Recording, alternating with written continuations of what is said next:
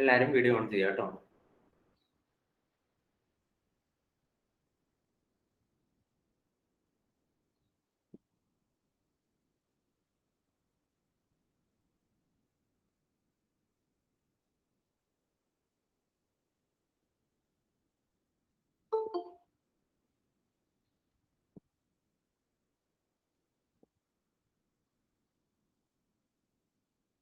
ആദിൽ, നസീർ, നിഹാൽ, ഹഫീഫ, എല്ലാവരും video on ചെയ്തേ.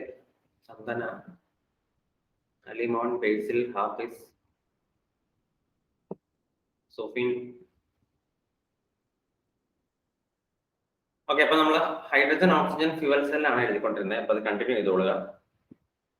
In this fuel cell hydrogen and oxygen, in this fuel cell, hydrogen and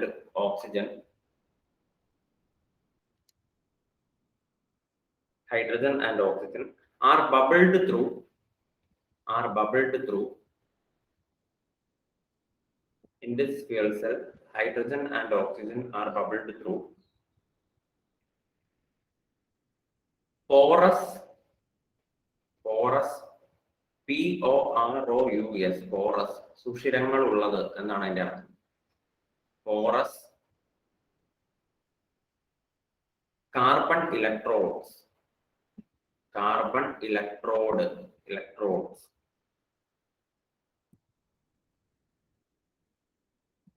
into porous carbon electrodes into an aqueous solution of NaOH. Porous carbon electrodes into an aqueous solution of NaOH.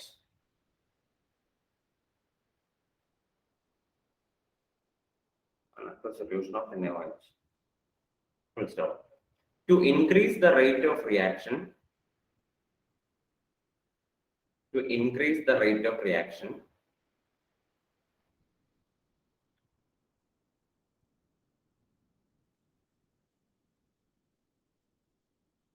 the electrodes are coated with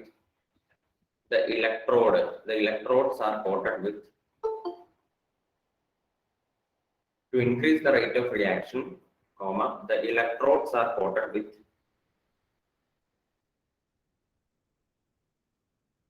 platinum or palladium.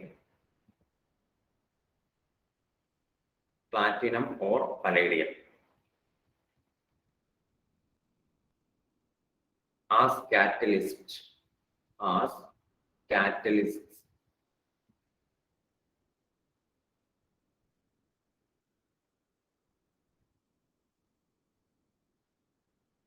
ഇനി ഈ reaction എഴുതിയെടുത്തോളുക.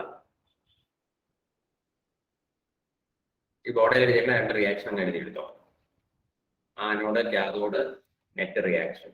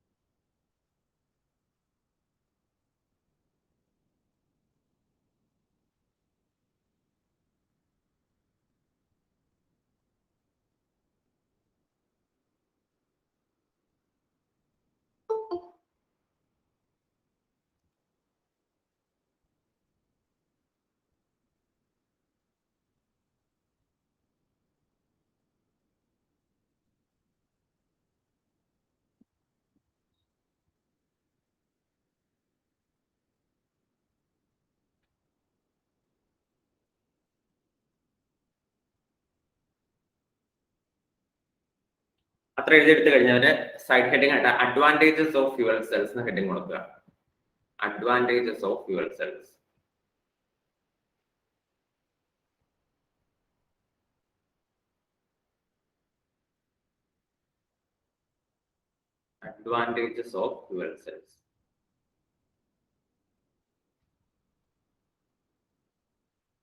ഒന്നാമത്തെ advantage എഴുതിക്കൊള്ളുക.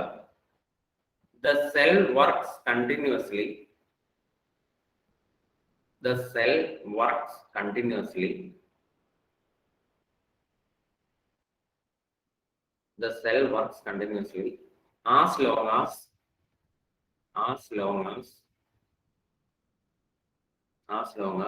the reactants are supplied.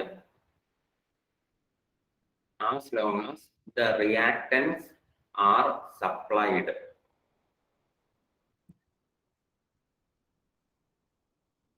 എന്ന് പറഞ്ഞാൽ നമ്മൾ ഈ reactant കൊടുത്തോണ്ടിരിക്കുന്നിടത്തോളം കാലം ആ സെൽ ഇങ്ങനെ വർക്ക് ചെയ്തുകൊണ്ടിരിക്കുന്നത്. അതായത് നമ്മൾ എത്ര നേരം ഹൈഡ്രജനും ഓക്സിജനും പാസ് ചെയ്യുന്നുണ്ടോ അത്രയും സമയം ഈ സെൽ ഇങ്ങനെ വർക്ക് ചെയ്തുകൊണ്ടിരിക്കും. സെല്ലിന്റെ വർക്കിംഗ് നിൽക്കില്ല, ഇങ്ങനെ വർക്ക് ചെയ്തുകൊണ്ടേ ഇരിക്കും. അതാണ് പറഞ്ഞത്. രണ്ടാമത്തെ advantage, it has a higher efficiency. It has a higher efficiency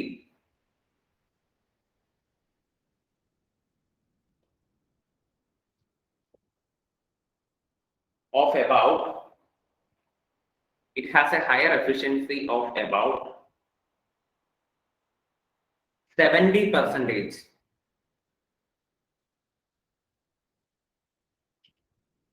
compared to thermal plants.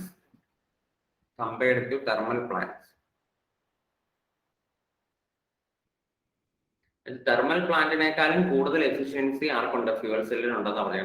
Thermal പ്ലാന്റിന് ഏകദേശം 40% എഫിഷ്യൻസി ഉള്ളൂ. പക്ഷേ നമ്മുടെ ഫ്യൂവൽ സെല്ലിന് 70% എഫിഷ്യൻസി ഉണ്ട്. അതാണ് അതിന്റെ മറ്റൊരു അഡ്വാൻറ്റേജ്. മൂന്നാമത്തത്, it is eco friendly.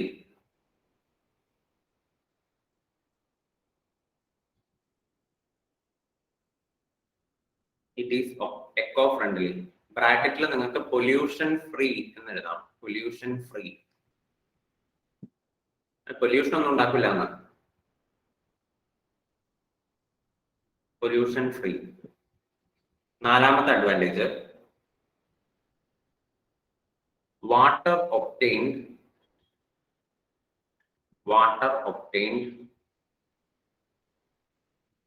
from hydrogen oxygen fuel cell. Water obtained from hydrogen oxygen fuel cell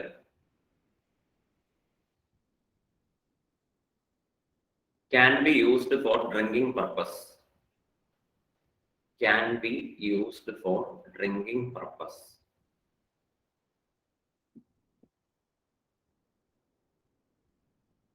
അതായത് ഹൈഡ്രജൻ ഓക്സിജൻ ഫ്യൂവൽ സെല്ലിൽ നിന്ന് നമുക്ക് കിട്ടുന്ന വെള്ളം നമുക്ക് കുടിക്കാൻ ഉപയോഗിക്കാം ആണ് പറഞ്ഞത്. ഇതൊക്കെയാണ് ഫ്യൂവൽ സെല്ലിന്റെ ഗുണങ്ങൾ. ഇതോടുകൂടി ഹൈഡ്രജൻ ഓക്സിജൻ ഫ്യൂവൽ സെല്ല് കഴിഞ്ഞു. ഇത്രേ ഉള്ളൂ. ഇത്രയും കാര്യങ്ങളാണ് നിങ്ങൾക്ക്. അപ്പൊ ഫ്യൂവൽ സെൽ എന്താണെന്ന് പഠിക്കുക, ഫ്യൂവൽ സെല്ലിന്റെ വർക്കിംഗ്, ഫ്യൂവൽ സെല്ലിന്റെ ഡയഗ്രാം, റിയാക്ഷൻസ്, അതിന്റെ അഡ്വാൻറ്റേജസ്, ഇത്രയും കാര്യങ്ങൾ നിങ്ങൾ മസ്റ്റ് ആയിട്ടും പഠിക്കുക. ഇനി എന്തെങ്കിലും സംശയം ഉണ്ടോ ഫ്യൂവൽ സെല്ലുമായിട്ട് ബന്ധപ്പെട്ട്? അങ്ങനെയാണെങ്കിൽ നമ്മൾ ഈ ചാപ്റ്ററിലെ അവസാനത്തെ ഭാഗത്തേക്ക് പോവാണ്. കൊറോഷൻ. എല്ലാവരും ഹെഡിങ് എഴുതിക്കൊള്ളുക. കൊറോഷൻ.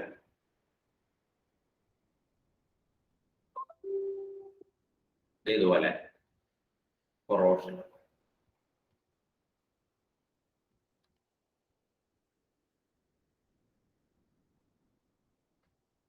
എന്താ കൊറോഷൻ എന്ന് പറഞ്ഞു കഴിഞ്ഞാൽ അറിയാമോ? കൊറോഷൻ, കൊറോഡ് ചെയ്യാന്നൊക്കെ പറഞ്ഞു കഴിഞ്ഞാൽ അതിന്റെ അർത്ഥം എന്താ അർത്ഥം നിഹാലെ? കൊറോഷൻ എന്ന് പറഞ്ഞു കഴിഞ്ഞാൽ കേട്ടിട്ടുണ്ടോ? ഇല്ല സാർ. തുരുമ്പിക്കുകന്ന് കേട്ടിട്ടുണ്ടോ? തുരുമ്പിക്കുകന്ന്. ആരാ തുരുമ്പിക്കണേ?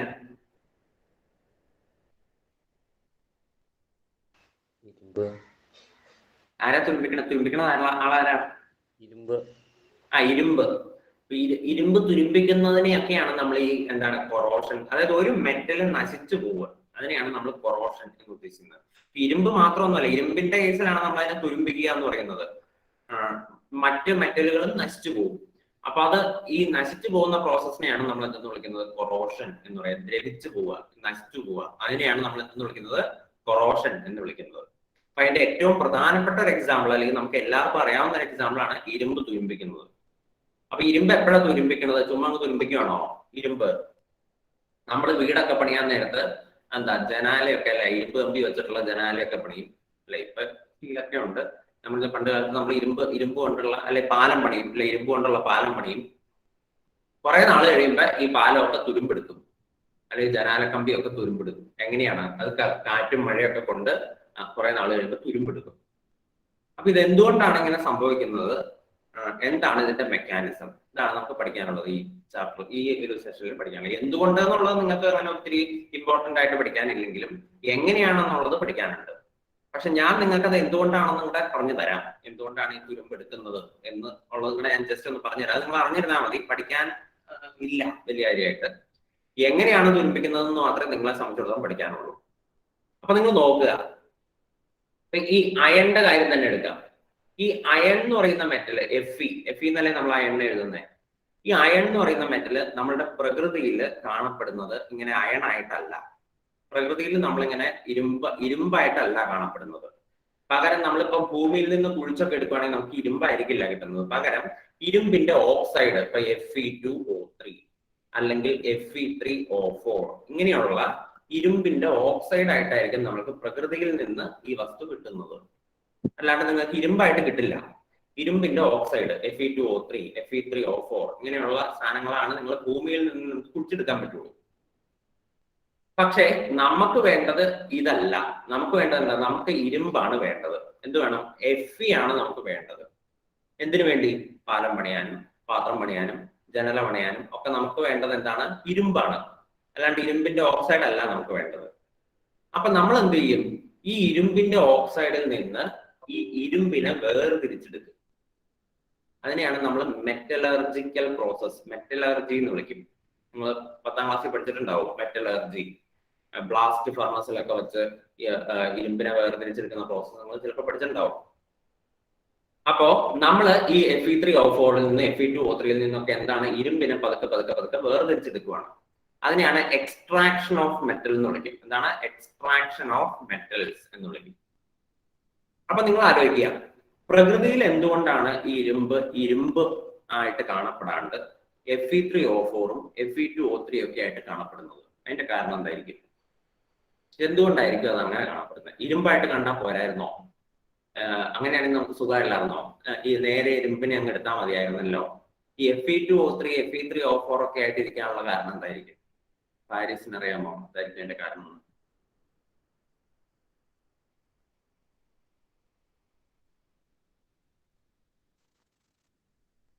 പാരീസ് അത് അക്കൗണ്ട് അല്ലേ? ഫസ്റ്റിംഗ് അക്കൗണ്ട്. എന്നെ കേട്ടില്ല, ഒന്നും തിരിഞ്ഞില്ല, ഒന്നും പറഞ്ഞേ. ഓക്സിഡേഷൻ അക്കൗണ്ട് അല്ലേ? അല്ല, ഞാൻ ചോദിച്ചത് എന്തുകൊണ്ടായിരിക്കും അങ്ങനെ തന്നെ ഈ ഇരുമ്പായിട്ട് കാണപ്പെട്ട എന്നായിരുന്നു കുഴപ്പം?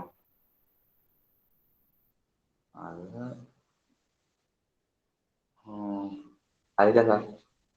അറിയില്ല. ആർക്കെങ്കിലും അറിയാമോ?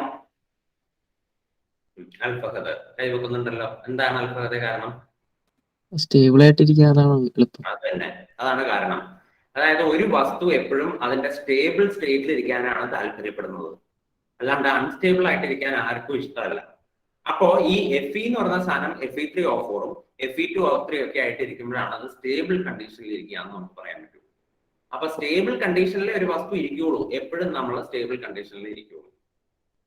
അപ്പൊ അതുകൊണ്ട് തന്നെ ഈ അയൺ എന്ന് പറയുന്ന സാധനം ഭൂമിയിൽ കാണപ്പെടുന്നത് അതിന്റെ സ്റ്റേബിൾ സ്റ്റേറ്റ് ആയിട്ടുള്ള Fe2O3 Fe3O4 ഒക്കെ ആയിട്ടാണ്. അതാണ് അതിന്റെ സ്റ്റേബിൾ സ്റ്റേറ്റ്. അങ്ങനെ ഇരിക്കുമ്പോഴാണ് അതിനൊരു മനസ്സമാധാനം ഉള്ളൂ. പക്ഷെ നമുക്ക് അന്നേരം വലിയ മനസ്സമാധാനം ഇല്ല. നമ്മൾ എന്ത് ചെയ്യും? നമുക്ക് ഇരുമ്പാണ് വേണ്ടത്.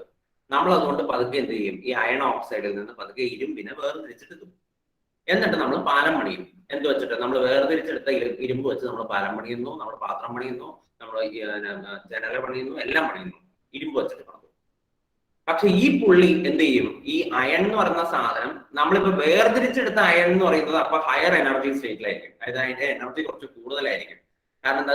ഒട്ടും സ്റ്റേബിൾ അല്ല. സ്റ്റേബിൾ അല്ലാത്തവരുടെ എനർജി വളരെ കൂടുതലായിരിക്കുമല്ലോ. സ്റ്റേബിൾ അല്ലാത്തവരുടെ എനർജി കൂടുതലായിരിക്കും. അപ്പൊ നമ്മൾ വേർതിരിച്ചെടുത്ത അയൺ എന്ന് പറഞ്ഞു കഴിഞ്ഞാൽ ഇപ്പൊ കുറച്ച് എനർജി കൂടിയ സ്റ്റേറ്റിലാണ് ഇരിക്കുന്നത്. അപ്പൊ പുള്ളി എന്ത് ചെയ്യും? തക്കം കെട്ടിക്കഴിഞ്ഞു കഴിഞ്ഞാൽ വീണ്ടും പഴയ സ്റ്റേറ്റിലേക്ക് പോകാൻ ആഗ്രഹിക്കും. ഏത്? വീണ്ടും Fe2O3 അല്ലെങ്കിൽ Fe3O4 ആയിട്ട് മാറാനായിട്ട് താല്പര്യപ്പെടും. അപ്പൊ പുള്ളി എന്ത് ചെയ്യും? ഒരു മഴ പെയ്യുവോ അല്ലെങ്കിൽ ഒരു കാറ്റ് വീശുവോ അങ്ങനെ എന്തെങ്കിലും ഒക്കെ ചെയ്ത് കഴിയുമ്പോൾ അറ്റ്മോസ്ഫിയറിലുള്ള ഓക്സിജനുമായിട്ട് ഈ പുള്ളി ഒന്ന് റിയാക്ട് ചെയ്തിട്ട് ഈ പുള്ളി എന്തെടുക്കും Fe2 വീണ്ടും Fe2O3 ആയിട്ട് അങ്ങ് മാറും. നമ്മൾ കഷ്ടപ്പെട്ട് എക്സ്ട്രാക്ട് ചെയ്ത് അയൺ പാലമൊക്കെ പണിത് വെച്ച് കഴിയുമ്പോൾ ഈ പുള്ളി എന്ത് ചെയ്യും പതുക്കെ വീണ്ടും അറ്റ്മോസ്ഫിയറിലുള്ള ഓക്സിജനൊക്കെ ആയിട്ട് റിയാക്ട് ചെയ്ത് വീണ്ടും എന്തായിട്ട് മാറും Fe2O3 ആയിട്ടും Fe3O. കാരണം പുള്ളിക്ക് അങ്ങനെ ഇരിക്കാനാണ് താല്പര്യം. അപ്പൊ അതുകൊണ്ട് പുള്ളി വീണ്ടും എന്ത് ചെയ്യും Fe2O3 അല്ലെങ്കിൽ Fe3O4 ആയിട്ട് മാറും. അതിനെയാണ് നമ്മൾ തുരുമ്പെടുക്കുക എന്ന് പറയുന്നത്. അങ്ങനെ Fe2O3 Fe3O4 ആയിട്ട് മാറുന്നതിനെയാണ് നമ്മൾ എന്ത് ചെയ്യുന്നത് തുരുമ്പെടുത്തു, അയൺ നശിച്ചു പോയി തുരുമ്പെടുത്തു എന്ന് പറയുന്നത്. കാരണം Fe2O3 Fe3O4 ആയിട്ട് ഇരുന്നാൽ നമ്മുടെ പാലത്തിന്റെ ഇത് പോവും, അതായത് പാലം നശിച്ചു പോവും, പാലം ബലമില്ലാണ്ടായി പോകും. നമുക്ക് നല്ല ഒറിജിനൽ ഇരുമ്പാണ് വേണ്ടത്, അല്ലാണ്ട് Fe3O4 Fe2O3 ഒന്നും അല്ല വേണ്ടത്. അപ്പൊ പാലം നശിച്ചു പോയി അല്ലെങ്കിൽ തുരുമ്പെടുത്തു എന്ന് നമ്മൾ പറഞ്ഞു. ഈ പ്രോസസ്സിനെയാണ് നമ്മൾ എന്തെന്ന് വിളിക്കുന്നത് കൊറോഷൻ എന്ന് വിളിക്കുന്നത്. ഇതാണ് കൊറോഷൻ. അപ്പൊ ഇപ്പൊ ഇരുമ്പിന്റെ കേസ് പറഞ്ഞെന്ന് വെച്ചോണ്ട് ഇരുമ്പ് മാത്രമേ കൊറോഡ് ചെയ്യുന്നു ആരും വിചാരിക്കണ്ട. സിൽവർ കൊറോഡ് ചെയ്യും, സിൽവറിന് കൊറോഷൻ അതിന് നമ്മൾ ടാർണിഷിങ് ഓഫ് സിൽവർ എന്നാണ് വിളിക്കുന്നത്. പിന്നെ കോപ്പർ ചെമ്പ് കൊറോഡ് ചെയ്യും, അതുപോലെ സിങ്ക് കൊറോഡ് ചെയ്യും. അങ്ങനെ എല്ലാ സാധനവും കൊറോഡ് ചെയ്യും. എല്ലാ മെറ്റൽസിനും ഈ കൊറോഷൻ ഉണ്ട്. ഏറ്റവും കോമൺ ആയിട്ടുള്ളത് ഇരുമ്പ് തുരുമ്പിക്കുന്നതായതുകൊണ്ടാണ് ഞാൻ അത് പറഞ്ഞത്. അപ്പൊ ഇതുകൊണ്ടാണ് ഇരുമ്പിനെ തുരുമ്പെടുക്കുന്നത്. അപ്പൊ എന്താണ് അതിന്റെ കാരണം? കാരണം നമ്മുടെ പ്രകൃതിയിൽ നിന്ന് നമ്മൾക്ക് ഇരുമ്പ് കിട്ടുന്നത് അയണിന്റെ ഓക്സൈഡ് ആയിട്ടാണ്, Fe3O4 Fe2O3 ഒക്കെ ആയിട്ടാണ് കിട്ടുന്നത്. പക്ഷെ നമ്മൾ നമ്മുടെ ആവശ്യങ്ങൾക്ക് വേണ്ടി നമ്മൾ എന്ത് ചെയ്തു, അതിൽ നിന്ന് ഇരുമ്പിനെ എക്സ്ട്രാക്ട് ചെയ്ത് മാറ്റി. ഇരുമ്പിനെ നമ്മൾ എക്സ്ട്രാക്ട് ചെയ്ത് മാറ്റി. എന്നിട്ട് അത് വെച്ചിട്ട് നമ്മൾ ആർട്ടിക്കിൾസ് ഒക്കെ പണിതു, പാലവും അതും ഇതും ഒക്കെ പണിതു വെച്ചു. പക്ഷെ ഇരുമ്പിന് വീണ്ടും തിരിച്ച് Fe2O3 ആയിട്ട് മാറാനാണ് താല്പര്യം. അതുകൊണ്ട് പുള്ളി എന്ത് ചെയ്യും, അറ്റ്മോസ്ഫിയറിലുള്ള ഓക്സിജൻ എല്ലാവരുമായിട്ട് റിയാക്ട് ചെയ്ത് മോയിസ്ചർ ഒക്കെ ആയിട്ട് റിയാക്ട് ചെയ്ത് പുള്ളി വീണ്ടും എന്തായിട്ട് മാറും Fe2O3 ആയിട്ട് മാറും. അതിനെയാണ് തുരുമ്പെടുക്കുക എന്ന് നമ്മൾ പറയുന്നത്. അത്രയേ ഉള്ളൂ. This is called corrosion. ഇനി ഈ കൊറോഷൻ എങ്ങനെയാണ് സംഭവിക്കുന്നത് എന്നുള്ളതും കൂടെ നിങ്ങൾക്ക് പഠിക്കാനുള്ളൂ. അതെങ്ങനെയാണെന്ന് ഞാൻ പറഞ്ഞുതരാം. ഇപ്പൊ ഞാനിപ്പോ ഒരു ഇരുമ്പിന്റെ ആണിയോ അല്ലെങ്കിൽ ഇരുമ്പിന്റെ ഒരു തകിട്, എന്റെ ഇപ്പൊ ഒരു ഇരുമ്പിന്റെ തകിട് ഉണ്ടെന്ന് വിചാരിക്കാം. ഇത് ചുമ്മാ ഇങ്ങനെ റോട്ടിൽ കിടക്കുവാന്ന് വിചാരിക്കാം, ചുമ്മാ റോട്ടിൽ കിടക്കുക. അതായത് ഞാനിപ്പോ എക്സ്ട്രാക്ട് ചെയ്ത അയണാണിത്. ഇത് അയൺ ഓക്സൈഡിൽ നിന്ന് എക്സ്ട്രാക്ട് ചെയ്ത അയൺ വെച്ചിട്ട് പാലം പണിതപ്പോ ഒരു കഷ്ണം ഇരുമ്പ് ചുമ്മാ ഇരിക്കുക, അല്ലെങ്കിൽ പാലത്തിലുള്ള ഒരു ഇരുമ്പ് കഷ്ണമാണെന്ന് വിചാരിച്ചോ, ഒരു പാലത്തിലുള്ള ഒരു ഇരുമ്പ് കഷ്ണമാണ് എന്ന് വിചാരിക്കുക. ഈ ഇരുമ്പ് കഷ്ണം എന്താണ് നമ്മുടെ വാട്ടർ ആയിട്ടോ അങ്ങനെ ഏതെങ്കിലും ഒരു സാധനമായിട്ട് കോണ്ടാക്ട് വരുമ്പോൾ, മോയിസ്ചർ ആയിട്ടോ ഈർപ്പമായിട്ടൊക്കെ കോണ്ടാക്റ്റിൽ വരുമ്പോൾ എന്ത് സംഭവിക്കും? ഈ ഇരുമ്പ് കഷ്ണത്തിന്റെ ചില ഭാഗങ്ങൾ എന്ത് ചെയ്യും, ആനോഡായിട്ട് ആക്ട് ചെയ്യും. എന്തായിട്ട് ആക്ട് ചെയ്യും? ആനോഡായിട്ട് ആക്ട് ചെയ്യും. അപ്പൊ എന്ത് സംഭവിച്ചു? ഈ ഇരുമ്പ് ഇവിടെ ഇപ്പൊ അയണാണല്ലോ ഉള്ളത്, ആ ഇരുമ്പ് എന്തായിട്ട് മാറും? Fe2+ ആയിട്ട് മാറും. ഇലക്ട്രോണിനെ റിലീസ് ചെയ്യും. നമ്മളിപ്പോ ഉണ്ടാക്കി വെച്ചിരുന്ന പാലത്തിൽ സംഭവിക്കുന്ന കാര്യം ഞാൻ ഈ പറയുന്നത്. ചില സൈഡിൽ കൂടെ എന്ത് ചെയ്യും, ഈ പാലം എന്താണ് ഇപ്പൊ പുഴ ഒഴുകുകയെന്ന് വിചാരിക്കുക. ഒരു പുഴ ഒഴുകുകയാണെങ്കിൽ അപ്പൊ വാട്ടറുമായിട്ട് കോണ്ടാക്റ്റിൽ വരും അല്ലെ, പാലത്തിന്റെ കുറെ ഭാഗമൊക്കെ വാട്ടറുമായിട്ട് കോണ്ടാക്റ്റിൽ വരും. അപ്പൊ ആ ഭാഗങ്ങളിൽ എന്ത് സംഭവിക്കും? അയൺ Fe2+ ആയിട്ട് മാറുന്നു, ഇലക്ട്രോണിനെ റിലീസ് ചെയ്യുന്നു. എന്നിട്ട് ഈ ഇലക്ട്രോൺ എന്ത് ചെയ്യും? ഈ ഇലക്ട്രോൺ ഇങ്ങനെ ഈ ഇരുമ്പിൽ കൂടി ഇങ്ങനെ മൂവ് ചെയ്ത് വേറെ ഏതെങ്കിലും ഒരു ഭാഗത്ത് ചെന്നിട്ട് അതിന്റെ ചുറ്റുപാടുമുള്ള ഓക്സിജനെ അതങ്ങ് റെഡ്യൂസ് ചെയ്യും. എന്ത് ചെയ്യും? ഓക്സിജന്റെ ചുറ്റുപാട് നിൽക്കുന്ന ഓക്സിജനെ ഈ പറയുന്ന ഇലക്ട്രോൺ അങ്ങ് റെഡ്യൂസ് ചെയ്യും. അതായത് ഈ ചുറ്റുപാടുമുള്ള ഓക്സിജൻ അപ്പൊ എന്ത് ചെയ്യും? ഈ ഓക്സിജൻ ഈ പറയുന്ന ഇലക്ട്രോണിനെ അങ്ങ് വാങ്ങും. അപ്പൊ 4H+, അപ്പൊ ഒരു H+ മോയിസ്ചറിന്റെ പ്രസൻസും ഉണ്ടാവും.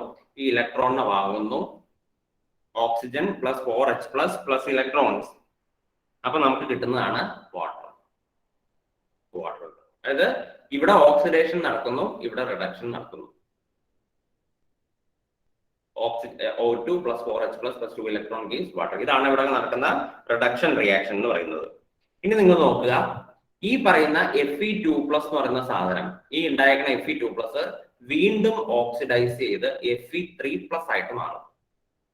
ഇപ്പൊ ഈ Fe2+ ആയിട്ട് മാറിക്കുന്ന സാധനം എന്ത് ചെയ്യും? വീണ്ടും അത് Fe3+ ആയിട്ട് മാറും. ആ Fe3+ ആരുമായിട്ട് റിയാക്ട് ചെയ്യും? ഈ പറയുന്ന മോയിസ്ചർ, ഈ വാട്ടറുമായിട്ട്, ഈ മോയിസ്ചറുമായിട്ട് റിയാക്ട് ചെയ്തിട്ട് നമുക്ക് Fe2O3 XH2O ഇങ്ങനെ ഒരു സാധനം കിട്ടും. ഇതിനെയാണ് നമ്മൾ ഹൈഡ്രേറ്റഡ് ഫെറിക് ഓക്സൈഡ് എന്ന് വിളിക്കുന്നത്. ഇതിനെയാണ് നമ്മൾ എന്താ പറയുക? ഹൈഡ്രേറ്റഡ് ഫെറിക് ഓക്സൈഡ്, അല്ലെങ്കിൽ അല്ലെങ്കിൽ നമ്മൾ പറയുന്ന തുരുമ്പ്, റസ്റ്റ് എന്ന് വിളിക്കും. റസ്റ്റ് അഥവാ തുരുമ്പ് എന്ന്. ഇതിനെയാണ് നമ്മൾ തുരുമ്പെടുക്കുക എന്ന് പറയുന്നത്. അത്രേ ഉള്ളൂ. അതായത് ഒരു പാലത്തിന്റെ ഒരു ഇരുമ്പ് തൂണ് നമ്മൾ എടുക്കുകയാണെങ്കിൽ അതിനകത്ത് കുറെ ഭാഗം ആനോഡായിട്ട് ആക്ട് ചെയ്യും, കുറെ ഭാഗം കാഥോഡായിട്ട് ആക്ട് ചെയ്യും. ആനോഡിൽ എന്ത് സംഭവിക്കും? ഇലക്ട്രോൺ റിലീസ് ചെയ്യും. ആ ഇലക്ട്രോൺ ആ പാലത്തിന്റെ അധികം തന്നെ നീങ്ങി വേറൊരു ഭാഗത്ത് ചെന്നിട്ട് അവിടെയുള്ള ഓക്സിജൻ റിഡ്യൂസ് ചെയ്യും. എന്നിട്ട് ഈ Fe2+ വീണ്ടും Fe3+ ആയിട്ട് മാറും. ആ Fe3+ എന്താ കുരുമ്പായിട്ട് മാറും. ഇതിനെയാണ് നമ്മൾ കൊറോഷൻ എന്ന് വിളിക്കുന്നത്. അപ്പൊ ഇനി എല്ലാവരും കൊറോഷൻ എന്താണെന്ന് എഴുതിക്കോ. It is the formation of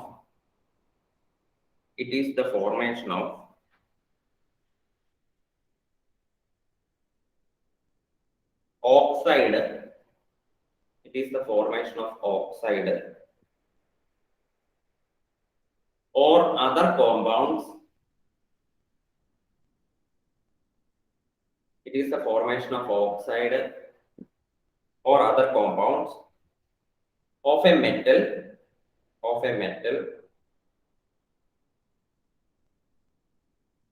by the action of air,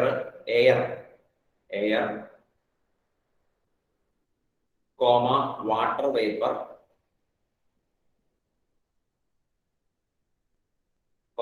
carbon dioxide, etc.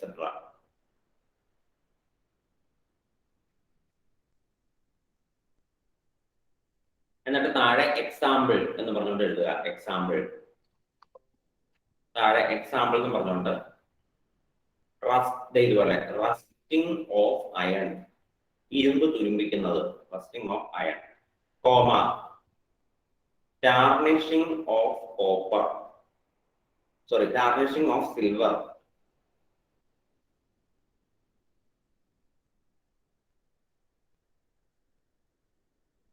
formation of green coating on copper.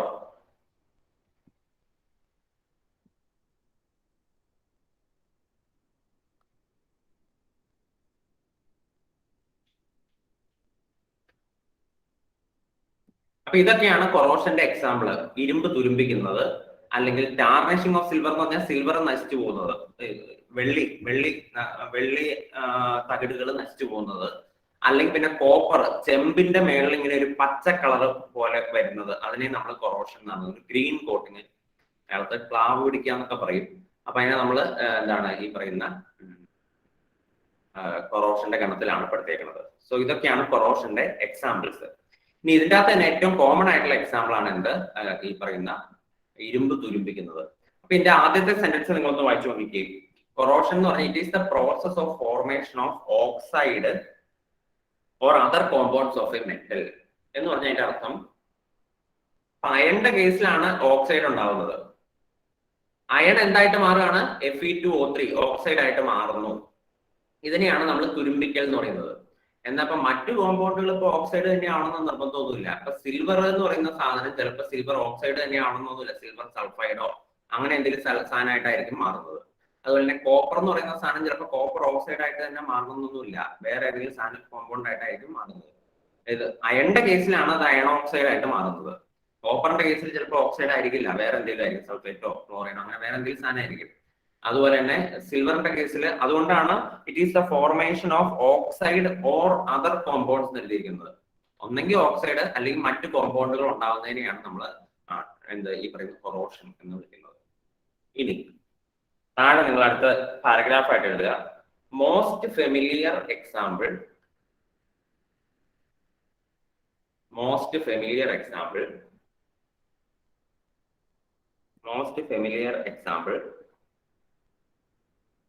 for corrosion, most familiar example for corrosion is rusting of iron.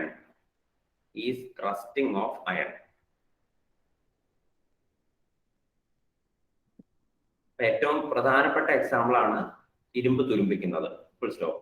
It occurs in the presence of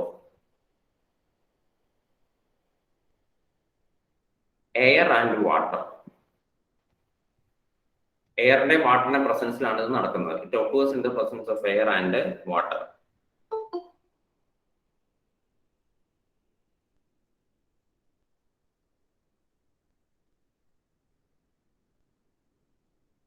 താഴെ എഴുതുക, അടുത്ത paragraph ആയിട്ട് എഴുതുക.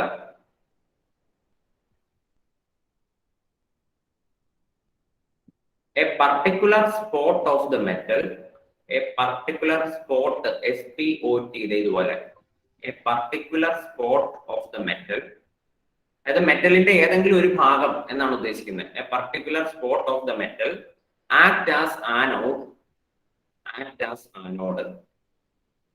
a particular spot of the metal act as anode,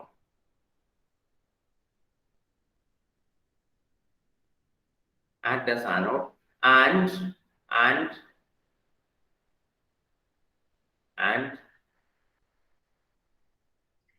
Fe, iron, Fe എന്ന് തന്നെ എഴുതണം കേട്ടോ. Fe, iron, Fe is oxidized to and Fe is oxidized to Fe2 plus. എന്നിട്ട് താഴെ അതിന്റെ റിയാക്ഷൻ എഴുതുക. Fe gives Fe2 plus 2 electron. Oxidation എന്ന് ബ്രാക്കറ്റിൽ എഴുതുക.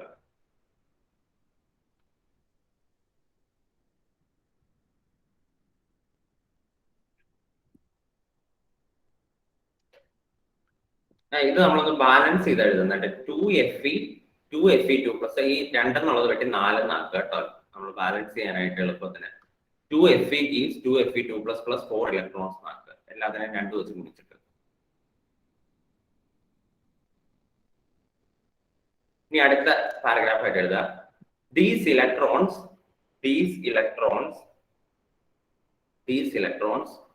move through the metal. ഈ ഇലക്ട്രോൺ ഇങ്ങനെ മെറ്റലിൽ തന്നെ മൂവ് ചെയ്യും. These electrons move through the metal and go to another spot and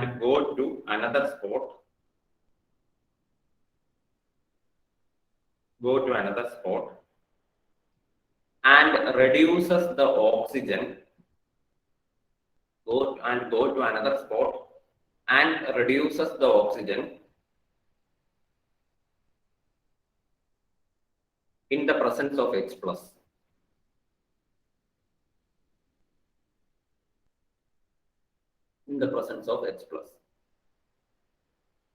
Full stop.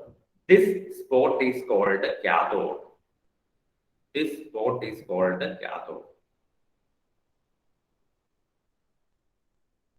എന്നിട്ട് അതിന്റെ റിയാക്ഷൻ കൂടെ എഴുതി വെക്കുക. Oxygen plus 4H plus 4 electrons gives 2H2O.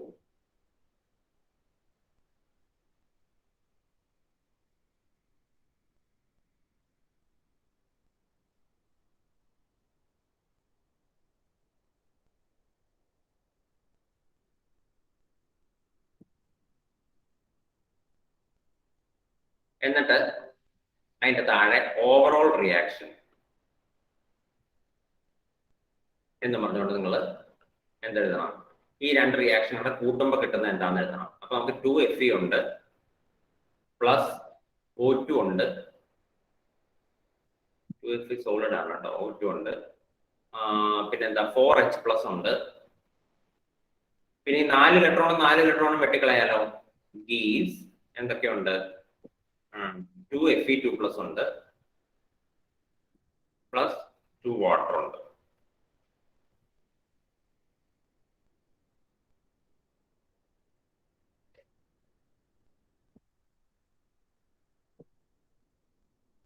ഇതാണ് ഓവറോൾ റിയാക്ഷൻ എന്ന് പറയുന്നത്. ഇനി ഞാൻ പറഞ്ഞ ലാസ്റ്റ് പോയിന്റ് എന്താണ്?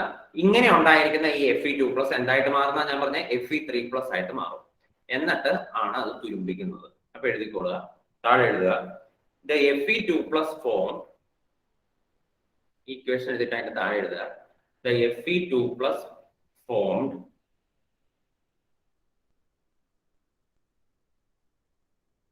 is further oxidized to further എന്ന് എഴുതിയാൽ മനസ്സിലാവില്ലെങ്കിൽ ഈസ് അഗെയിൻ ഓക്സിഡൈസ്ഡ് ടു എന്ന് എഴുതിക്കൊള്ളുക. Fe2 plus is again oxidized to Fe3 plus and finally forms ഇങ്ങനെ എഴുതുക and finally forms Fe2O3 dot XH2O. അതിന്റെ പേരാണ് ബ്രാക്കറ്റിൽ എഴുതുക ഹൈഡ്രേറ്റഡ് ഫെറിക് ഓക്സൈഡ് എന്നാട്ടോ. ഓക്സൈഡ് ബ്രാക്കറ്റ് ക്ലോസ് ചെയ്തിട്ട് വിച്ച് ഈസ് കോൾഡ്, അതിനെ വിളിക്കുന്ന പേരാണ് റസ്റ്റ്. തുരുമ്പ് എന്ന് വിളിക്കും. റസ്റ്റ് എന്ന് പറഞ്ഞാൽ തുരുമ്പ്.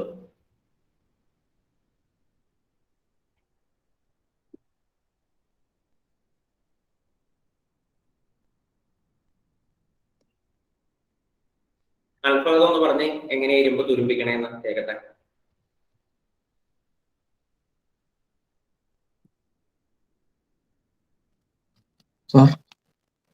എങ്ങനെയാണ് ഇരുമ്പ് തുരുമ്പെടുക്കുന്നത്? മെക്കാനിസം.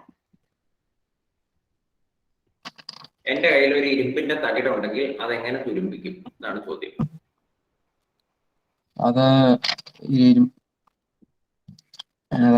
എയറിന്റെ വാട്ടറിന്റെ പ്രസൻസ് ഉണ്ടെങ്കിൽ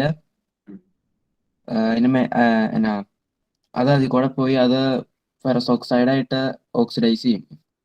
അങ്ങനെയൊന്നും പറഞ്ഞാൽ പോരാ. അങ്ങനെയല്ലല്ലോ ഞാനിപ്പോ പറഞ്ഞു. ഞാൻ സ്റ്റെപ്പ് ബൈ സ്റ്റെപ്പ് ആയിട്ട് പറഞ്ഞല്ലോ. അങ്ങനെ തന്നെ പറയണം. ഓരോ സ്റ്റെപ്പ് അടക്കം പറയണം. എങ്ങനെ ആദ്യത്തെ സ്റ്റെപ്പ് എന്ത്, പിന്നെ എന്ത് നടത്തുന്നു, പിന്നെ എന്ത് നടത്തുന്നു. ആദ്യം അയൺ ഓക്സിഡൈസ് ആവും. അപ്പൊ എന്തുണ്ടാവും? Fe2+ ആവും. അതായത് ഇലക്ട്രോണിനെ റിലീസ് ചെയ്യും അല്ലെ? ഇലക്ട്രോണിനെ റിലീസ്. അതായത് ഇപ്പൊ എന്റെ ഒരു ഇരുമ്പ് തകിടുണ്ട്. ആ ഇരുമ്പ് തകിട് ആരുമായിട്ട് കോണ്ടാക്റ്റിൽ വന്നു? എയർ ആയിട്ടോ വാട്ടർ ആയിട്ടോ കോണ്ടാക്റ്റിൽ വന്നു എന്ന് വിചാരിക്കുക. ഒന്നുകിൽ എയർ ആയിട്ട് കോണ്ടാക്റ്റിൽ വന്നു, അല്ലെങ്കിൽ വാട്ടർ ആയിട്ട് കോണ്ടാക്റ്റിൽ വന്നു കഴിഞ്ഞപ്പോ ആ ഇരുമ്പ് തകിടിന്റെ കുറെ ഭാഗം എന്ത് ചെയ്യും? ഓക്സിഡൈസ് ചെയ്യും. ഇരുമ്പിൽ നിന്ന് ഇലക്ട്രോൺസ് റിലീസ് ചെയ്യും. എന്നിട്ട് ഇനി ആ ഇലക്ട്രോൺ എങ്ങോട്ടേക്ക് പോകും? ആ തകിടിൽ തന്നെ മൂവ് ചെയ്ത് ആ ഇരുമ്പ് തകിടിന്റെ വേറെ ഏതെങ്കിലും ഒരു ഭാഗത്ത് ചെന്നിട്ട് അതിന്റെ ചുറ്റുമുള്ള ഓക്സിജനെ അതങ്ങ് റെഡ്യൂസ് ചെയ്യും. അപ്പൊ ഈ ആദ്യത്തെ പ്രോസസ്സിനെ നമുക്ക് ഓക്സിഡേഷൻ എന്നും രണ്ടാമത്തെ പ്രോസസ്സിനെ റിഡക്ഷൻ എന്നും വിളിക്കാം. അപ്പൊ ആദ്യത്തേത് ആനോഡും രണ്ടാമത്തേത് കാഥോഡും ആയിരിക്കും. ഇനി ഇങ്ങനെ ഉണ്ടായ ഈ Fe2+, ആനോഡിൽ ഉണ്ടായ Fe2+ എന്ത് ചെയ്യും? വീണ്ടും Fe3+ ആയിട്ട് മാറിയിട്ട് അത് തുരുമ്പായിട്ട് മാറും. Fe2O3 ഇത്രേ ഉള്ളൂ. ഇനി ഒരു സൈഡ് ഹെഡിങ് ആയിട്ട് എഴുതുക മെത്തേഡ്സ് ടു പ്രിവെന്റ് കൊറോഷൻ.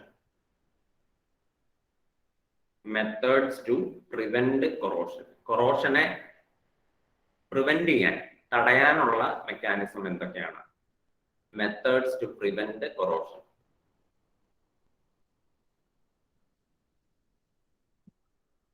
നിങ്ങൾക്ക് എന്തെങ്കിലും മെക്കാനിസം അറിയുമോ? കൊറോഷനെ തടയാനായിട്ട് എന്തെങ്കിലും പരിപാടി ചെയ്യാറുണ്ടോ? അറിയാമോ? ആർക്ക് വേണമെങ്കിലും പറയാം. ഓഡിയോ ഓൺ ചെയ്തിട്ട്. പെയിന്റ് അടിച്ചാൽ അല്ലെ? വീടിന് ജനലൊക്കെ വെച്ച് കഴിയുമ്പോൾ പെയിന്റ് അടിക്കുന്ന കാണാറില്ലേ? അത് ആക്ച്വലി നമ്മൾ ഭംഗിക്ക് വേണ്ടിയാണെന്ന് കരുതുമെങ്കിലും ഭംഗിക്ക് വേണ്ടി അല്ല. പെയിന്റ് അടിക്കുന്നത് ഈ ഇരുമ്പ് തുരുമ്പെടുക്കാണ്ടിരിക്കാനാണ്. അതായത് പെട്ടെന്ന് എയറും വാട്ടറും ആയിട്ട് നേരിട്ട് കോണ്ടാക്ട് വരാതിരിക്കാൻ ഈ പെയിന്റ് സഹായിക്കും. പെയിന്റ് അടിച്ചാൽ നമുക്ക് ഒരു പരിധി വരെ ഈ പറയുന്ന കൊറോഷനെ തടയാം. അപ്പൊ എഴുതിക്കൊള്ളുക. ഒന്ന്, by coating the metal surface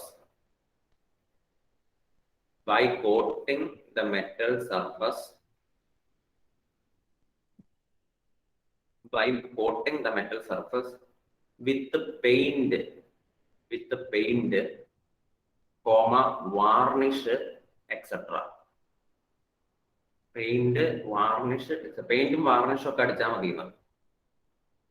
രണ്ടാമത്തെ മെത്തേഡ് നിങ്ങൾക്ക് അറിയില്ലായിരിക്കും, എഴുതിക്കോളുക, ഞാൻ പറഞ്ഞുതരാം. By coating. രണ്ടാമത്തത് by coating with anti rust solution. ഇങ്ങനെ എഴുതുക. ഇതുപോലെ ആന്റി -rust solution.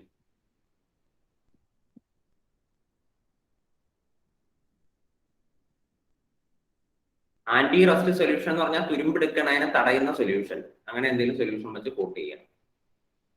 അത് രണ്ടാമത്തെ മെത്തേഡ്. മൂന്നാമത്തെ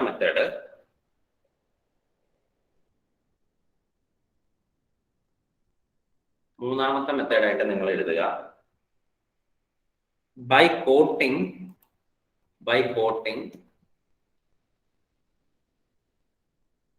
the metal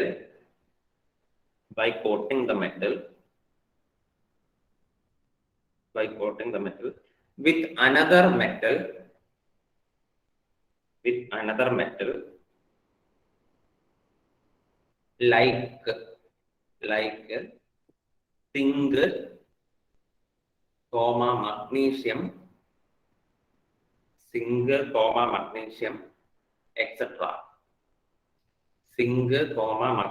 etc.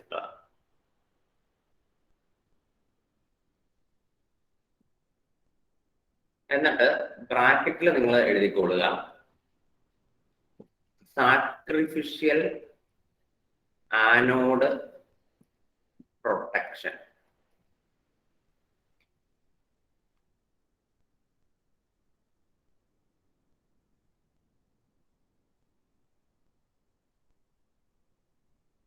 എന്നാ അതിന്റെ അർത്ഥം ഞാൻ പറഞ്ഞുതരാം. അതായത് ഇപ്പൊ നിങ്ങളുടെ കയ്യിൽ ഇപ്പൊ ഇതുപോലെ ഒരു ഇരുമ്പ് കൊണ്ടുള്ള ഒരു സാധനം ഉണ്ടെന്ന് വിചാരിക്കാം. ഇത് ഇരുമ്പും കൊണ്ടുള്ള ഒരു സാധനമാണ്. നിങ്ങൾക്ക് ഈ ഇരുമ്പ് കൊണ്ടുള്ള സാധനം തുരുമ്പെടുക്കാൻ പാടില്ല. അതാണ് നിങ്ങളുടെ ഉദ്ദേശം. ഇരുമ്പ് തുരുമ്പെടുക്കാൻ പാടില്ല. ഇരുമ്പിനെ തുരുമ്പെടുക്കണതിൽ നിന്ന് തടയണം. അപ്പൊ അതിനു വേണ്ടി നിങ്ങൾ എന്ത് ചെയ്യും? ഇരുമ്പിനേക്കാളും റിയാക്ടിവിറ്റി കൂടിയ ഏതെങ്കിലും ഒരു മെറ്റൽ വെച്ച് ഇതിനെ അങ്ങ് കോട്ട് ചെയ്യും. ഇപ്പൊ ഫോർ എക്സാമ്പിൾ മഗ്നീഷ്യം അല്ലെങ്കിൽ സിങ്ക് പോലെയുള്ള മെറ്റൽ വെച്ചിട്ട് എന്ത് ചെയ്യും? ഇരുമ്പിനേക്കാളും റിയാക്ടിവിറ്റി കൂടിയ മെറ്റൽ വെച്ചിട്ട് ആ ഇരുമ്പിനെ അങ്ങ് പൊതിയും, ഇരുമ്പിനെ അങ്ങ് കോട്ട് ചെയ്യും. അപ്പൊ എന്ത് സംഭവിക്കും? ഈ പൊതിഞ്ഞ മെറ്റൽ, അതായത് ഇപ്പൊ മഗ്നീഷ്യവും സിങ്കും ഒക്കെ കൊറോഡ് ചെയ്ത് പൊക്കോളും. അതിന്റെ ഉള്ളിലിരിക്കുന്ന ഇരുമ്പിന് പ്രത്യേകിച്ച് കാര്യമായിട്ടൊന്നും സംഭവിക്കില്ല. അതിനെയാണ് സാക്രിഫിഷ്യൽ ആനോഡ് പ്രൊട്ടക്ഷൻ എന്ന് പറയുന്നത്. കാരണം സാക്രിഫൈസ് ചെയ്യുവാണ്.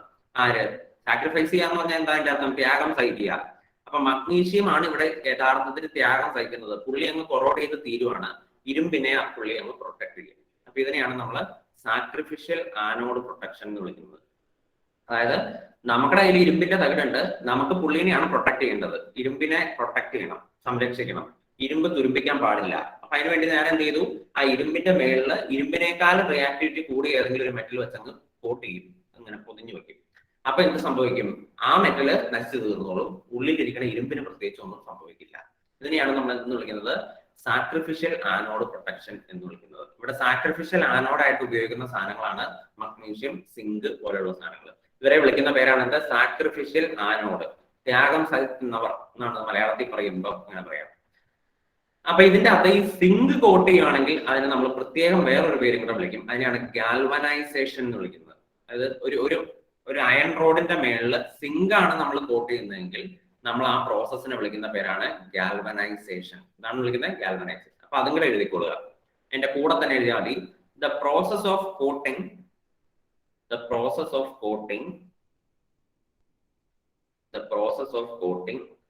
Zinc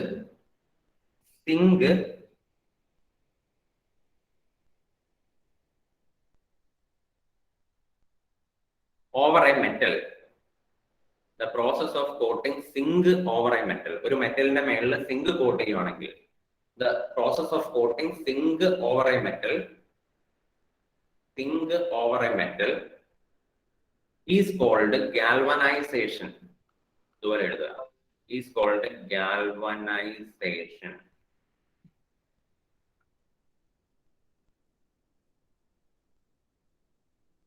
And the resulting iron എങ്ങനെ എഴുതുക? അയൺ എന്നുള്ള IRON, ഇരുമ്പ് എന്നാണ് ഞാൻ ഉദ്ദേശിച്ചത്, അയോൺ അല്ല, iron. And the resulting iron is called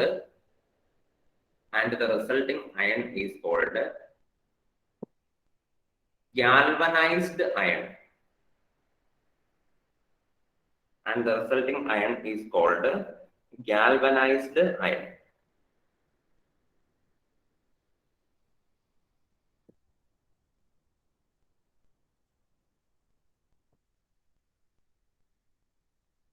അതായത് ഒരു മെറ്റലിന്റെ മീതെ നിങ്ങൾ സിങ്ക് കോട്ട് ചെയ്യുന്നതിനെയാണ് നമ്മൾ ഗാൽവനൈസേഷൻ എന്ന് വിളിക്കുന്നത്.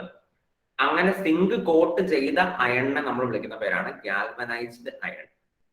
അയണിന്റെ മേളിൽ നിങ്ങൾ സിങ്ക് കോട്ട് ചെയ്തിട്ടുണ്ടെങ്കിൽ പിന്നെ അയണിനെ നമ്മൾ വിളിക്കുന്നത് എന്താണ്?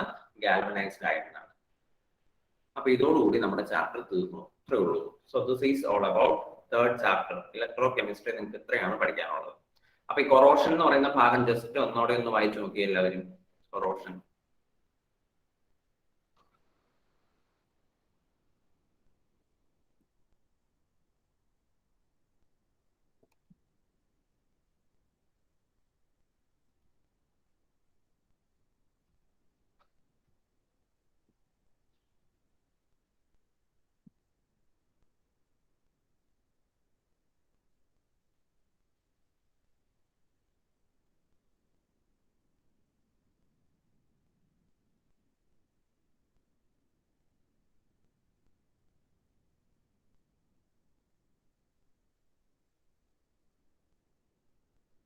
കൊറോഷൻ ഒന്ന് വായിച്ചു നോക്കിയോ എല്ലാവരും. എന്നിട്ട് നമുക്ക് പ്രീവിയസ് ഇയർ ക്വസ്റ്റ്യൻ പേപ്പറിലേക്ക് ഒന്ന് പോകാം. എന്തൊക്കെയാണ് ഈ ചാപ്റ്ററിൽ നിന്ന് ചോദിച്ചേക്കണതെന്ന് അറിയണമല്ലോ.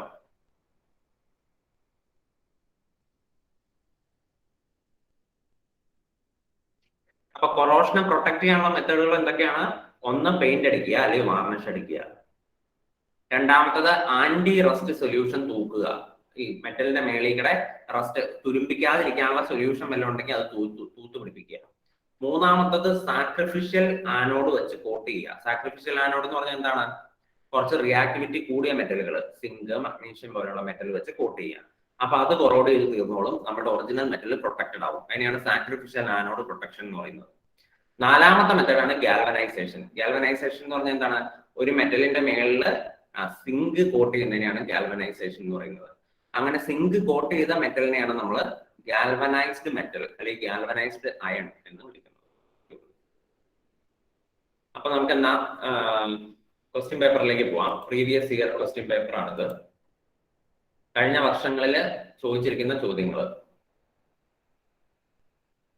നിങ്ങൾക്ക് കാണാനോ അല്ലെ? വായിക്കാൻ പറ്റുന്നുണ്ടോ? ആദ്യത്തെ ചോദ്യം നോക്കാം. First question,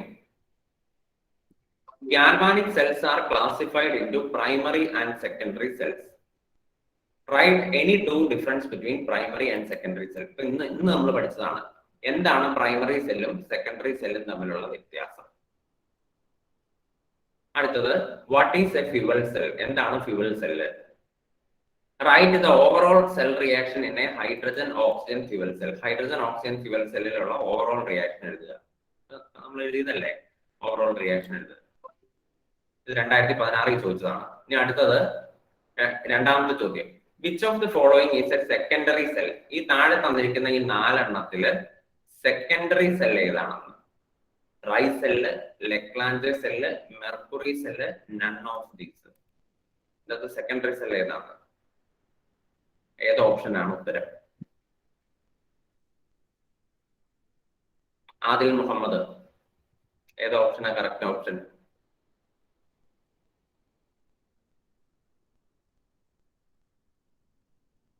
mercury cell.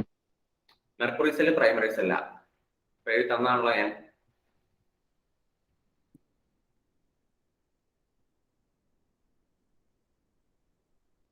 Hafiz,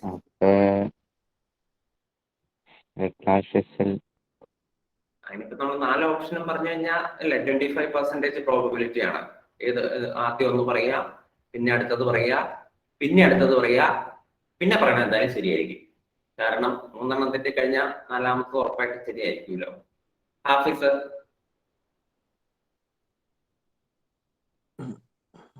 dry cell. Dry സെല്ലോ? ഡ്രൈ സെൽ എന്നൊക്കെ പറഞ്ഞാൽ ഹാഫിസിനോട് ഓടിക്കണം. ഡ്രൈ സെല്ലാണ് ഏറ്റവും വലിയ പ്രൈമറി സെല്ല്. ഏറ്റവും പ്രൈമറി സെല്ലിന്റെ ഏറ്റവും പ്രധാനപ്പെട്ട എക്സാമ്പിൾ ആണ് ഡ്രൈ സെൽ അഥവാ ലെക്ലാഞ്ചെ സെല്ല്. നൺ ഓഫ് ദീസ് എന്നുള്ളതാണ് കറക്റ്റ് ആൻസർ. കാരണം ഡ്രൈ സെല്ലും മെർക്കുറി സെല്ലും ഒക്കെ പ്രൈമറി സെൽ. ആ കൊടുത്തേക്കുന്നത് ഒക്കെ പ്രൈമറി സെല്ല. നൺ ഓഫ് ഒരെണ്ണം പോലും സെക്കൻഡറി സെല്ലില്ല. അപ്പൊ നൺ ഓഫ് ദീസ് ആണ് ആൻസർ. ഓക്കെ, അടുത്തത്, what is the relationship between resistance and conductance? റെസിസ്റ്റൻസും കണ്ടക്ടൻസും തമ്മിലുള്ള ബന്ധം എന്താണ്? നമ്മൾ എഴുതി തന്നിട്ടുള്ളതാണ്, നോക്കി പഠിക്കുക. അടുത്തത്, one of the fuel cells uses the reaction of hydrogen and oxygen to form water. Write down the cell reaction taking place in the anode and cathode of that fuel cell. അതായത് hydrogen oxygen fuel സെല്ലിന്റെ ആനോഡിലും കാഥോഡിലും നടക്കുന്ന reaction എന്താണെന്നാണ് ചോദിച്ചേക്കുന്നത്. അപ്പൊ നമ്മൾ എഴുതുന്നതല്ലേ, നമുക്ക് പഠിക്കുക.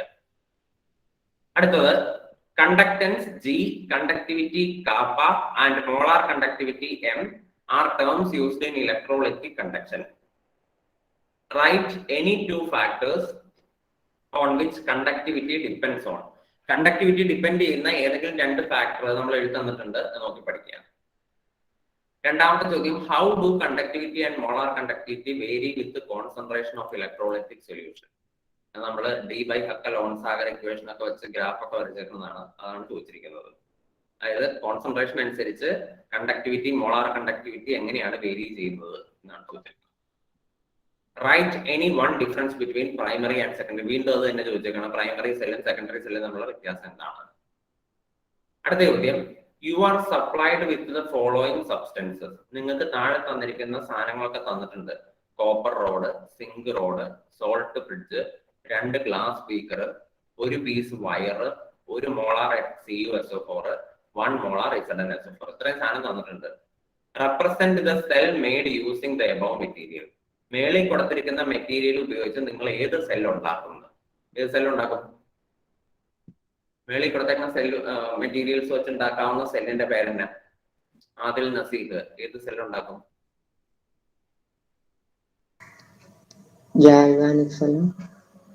ഏത് galvanic cell? Daniell cell. അപ്പൊ ഡാനിയൽ സെല്ലിന്റെ റെപ്രസെന്റേഷൻ എഴുതാനാണ് ചോദിച്ചിരിക്കുന്നത്. അത് എഴുതി തന്നിട്ടുണ്ടല്ലോ, അപ്പൊ അത് അതുപോലെ തന്നെ പഠിക്കുക.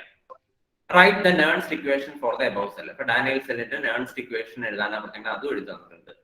Calculate the standard EMF of E0. ഡാനിയൽ സെല്ലിന്റെ സ്റ്റാൻഡേർഡ് EMF E0 കണ്ടുപിടിക്കാനാണ് പറഞ്ഞേക്കുന്നത്. അപ്പൊ നമുക്ക് ഫോർമുല അറിയാലോ, E cell equal to E cathode minus E anode. അതായത് E0 cell equal to E0 cathode minus E0 anode. അതിന്റെ അകത്ത് E0 കാഥോഡും തന്നിട്ടുണ്ട്, 0.34 തന്നിട്ടുണ്ട്. E0 ആനോഡും തന്നിട്ടുണ്ട്, -0.76 എന്ന്. ഇത് വെച്ചിട്ട് നമ്മൾ standard EMF of the cell, ഈ സെല്ല് കണ്ടുപിടിക്കാനാണ് പറഞ്ഞേക്കുന്നത്. ഈ സെല്ല് കണ്ടുപിടിക്കുക, ജസ്റ്റ് ഓർത്താൽ മതി. അടുത്ത അഞ്ചാമത്തെ ചോദ്യം, the cell reaction in Daniel cell is Zn plus Cu2 plus gives Zn2 plus Cu. Derive Nernst equation for Daniel cell. ഈ ഇക്വേഷന്റെ നേൺസ്റ്റ് ഇക്വേഷൻ എഴുതാനാണ് പറഞ്ഞത്. നമ്മൾ നേൺസ്റ്റ് ഇക്വേഷൻ എങ്ങനെ എഴുതണം ഞാൻ പറഞ്ഞു തന്നിട്ടുണ്ട്, അത് നോക്കി പഠിക്കുക. Daniel cell is a primary cell while lead storage cell is a secondary cell. Write any one difference between primary and secondary cell. വീണ്ടും അത് തന്നെ ചോദിച്ചേക്കാണ്, പ്രൈമറി സെല്ലും സെക്കൻഡറി സെല്ലും തമ്മിലുള്ള വ്യത്യാസം എന്താണ്. അടുത്തത്, fuel cells are special type of galvanic cell. What are എന്താണ് ഗാൽവാനിക് സെൽ എന്നാണ് ആദ്യം ചോദിച്ചേക്കുന്നത്. അതിന്റെ ഡെഫിനിഷൻ ഞാൻ എഴുതി തന്നിട്ടുണ്ട്, അത് പഠിക്കുക. Write any 2 advantages of fuel cell. Fuel സെല്ലിന്റെ 2 അഡ്വാൻറ്റേജ് എഴുതാനാണ് പറഞ്ഞാൽ 4 ഞാൻ എഴുതി തന്നിട്ടുണ്ട്, ഇതിന്റെ അകത്ത് 2 പഠിക്കുക, 2 എഴുതുക. Write the electrode reaction in hydrogen oxygen fuel cell. Hydrogen oxygen fuel സെല്ലിലെ റിയാക്ഷൻസ് എന്തൊക്കെയാണ് എഴുതി തന്നിട്ടുണ്ട്, പഠിക്കുക. ഏഴാമത്തത്, when a zinc electrode combines with She at 298 Kelvin and forms a galvanic cell, E0 cell is found to be 0.76. Write the cell representation of the cell and calculate the standard electrode potential of zinc electrode. Zinc electrode ഷീയും കൂടെ combine ചെയ്ത് കഴിയുമ്പോഴുള്ള representation എഴുതാനാണ് പറഞ്ഞേക്കുന്നത്. Zinc ഇലക്ട്രോഡും ഷീയും കൂടെ combine ചെയ്യുമ്പോൾ നമുക്ക് കിട്ടുന്ന മൊത്തം സെല്ലിന്റെ റെപ്രസെന്റേഷൻ അതും ഞാൻ എഴുതി തന്നിട്ടുണ്ട്, നമുക്ക് നോക്കിയാൽ മതി. പുറകോട്ട് നോക്കുക, സിങ്ക് ഇലക്ട്രോഡും ഷീയും കൂടെ കമ്പൈൻ ചെയ്ത് കഴിയുമ്പോൾ എന്താണ് സെല്ല് എന്ന് എഴുതി തന്നിട്ടുണ്ട്, അത് നോക്കി എഴുതിയാൽ മതി. പിന്നെ അതിന്റെ സെൽ പൊട്ടൻഷ്യൽ, സിങ്കിന്റെ പൊട്ടൻഷ്യൽ കണ്ടുപിടിക്കണം എങ്ങനെയാണെന്ന് എഴുതി തന്നിട്ടുണ്ട്, അതും നോക്കി എഴുതി. ഇത് എഴുതി തരാത്ത ഒരു സാധനം തന്നെ ഇതുവരെ ചോദിച്ചിട്ടില്ല, എല്ലാം നമ്മൾ എഴുതിയേക്കണത് തന്നെയാണ്. അടുത്ത ചോദ്യം നമുക്ക് വേണ്ടാത്തതാണ്, അത് നമുക്ക് 8ാമത്തെ ചോദ്യം ആവശ്യമില്ല, നമ്മൾ പഠിപ്പിക്കാത്ത ഭാഗമാണ്, നമുക്ക് ഫോക്കസ് ഏരിയയിൽ ഇല്ല ആ സാധനം. അപ്പൊ ഇനി നമുക്ക് 9ാമത്തെ ചോദ്യം, the resistance of A 0.5 molar solution of an electrolyte enclosed between 2 platinum electrodes 1.5 centimeter apart. ഈ ചോദ്യം എഴുതിക്കാം, ഇത് നമ്മൾ ചെയ്തിട്ടില്ല. ഈ ചോദ്യം എഴുതിയിട്ട് അതിന്റെ ഉത്തരം കണ്ടുപിടിക്കാം. ആ ചോദ്യം എഴുതിയിട്ട് എല്ലാവരും ചോദ്യം വായിക്കാൻ പറ്റില്ലെങ്കിൽ പറയാം, ഞാൻ വായിച്ചു തരാം.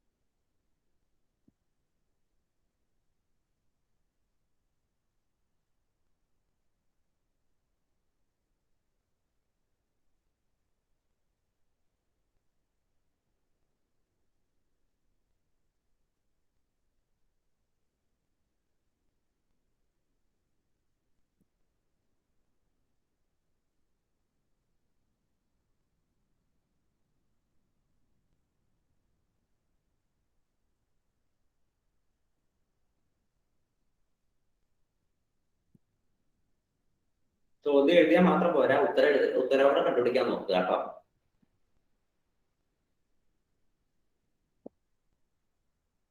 മോളാർ കണ്ടക്ടിവിറ്റി ആണ് ചോദിച്ചേക്കുന്നത്. അപ്പൊ മോളാർ കണ്ടക്ടിവിറ്റി കണ്ടുപിടിക്കാനുള്ള ഫോർമുല എന്താണെന്ന് നോക്കുക. അത് ഇതുമായിട്ട് എങ്ങനെയെങ്കിലും കണക്ട് ചെയ്യാൻ പറ്റുമോ എന്ന് നോക്കുക.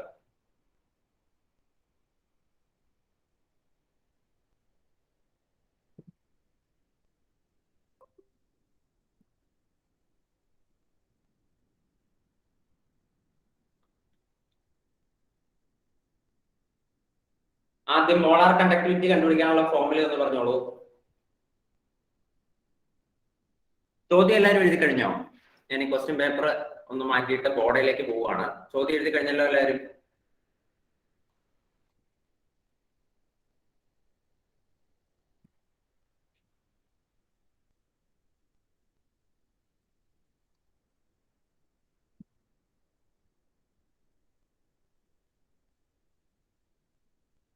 മോളാർ കണ്ടക്ടിവിറ്റി കണ്ടുപിടിക്കാനുള്ള ഫോർമുല എന്താണ് ആൾഡ്രിനെ? What is the molar conductivity?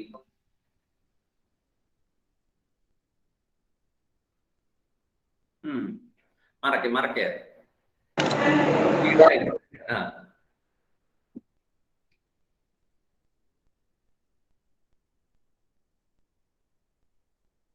നീ ആ ബുക്കിൽ തന്നെയാണോ? അതോ അതിന് ബുക്ക് മാറിപ്പോയോ ആൾഡ്രിനെ? ബുക്ക് മാറിയില്ല. സ്പീഡിൽ മറക്കോ?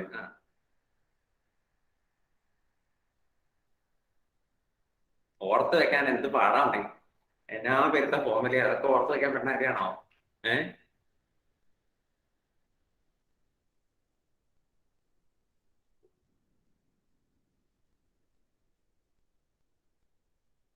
ഇന്നലെ ഇറങ്ങിയ സിനിമയുടെ ക്ലൈമാക്സ് ചോദിച്ചപ്പോ സ്പീഡിൽ പറഞ്ഞ ഏൽപ്പിച്ചിരുന്നോ?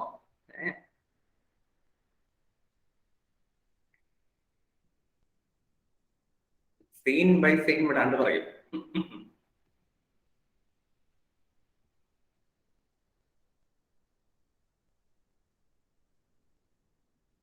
ഓ ആൾറെഡി വഴക്കൂടി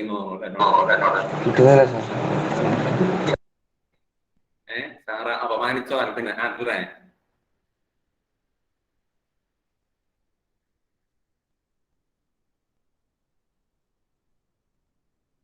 രക്ഷയില്ലാതെ ആള് തപ്പി മടുത്ത് ക്ഷീണിച്ചോ? ഒന്നാമത് 10 മണി വരെ ക്ലാസ് വെച്ചിട്ട് സാർ ഇങ്ങനെ രാംഡായമിന്റെ കാര്യം ഞാൻ എവിടെ നിന്ന് തപ്പി കണ്ടുപിടിക്കാനാ അല്ലേ? കണ്ടുപിടിച്ച ആരെങ്കിലും ഉണ്ടോ? എന്നാ അവര് പറഞ്ഞ കൊച്ചിനെ ഒന്ന് സഹായിക്കാൻ, അല്ലെങ്കിൽ അയാള് തപ്പി മടുക്കും ഇപ്പൊ. എനിബഡി? സഹല കണ്ടുപിടിച്ചോ? സഹല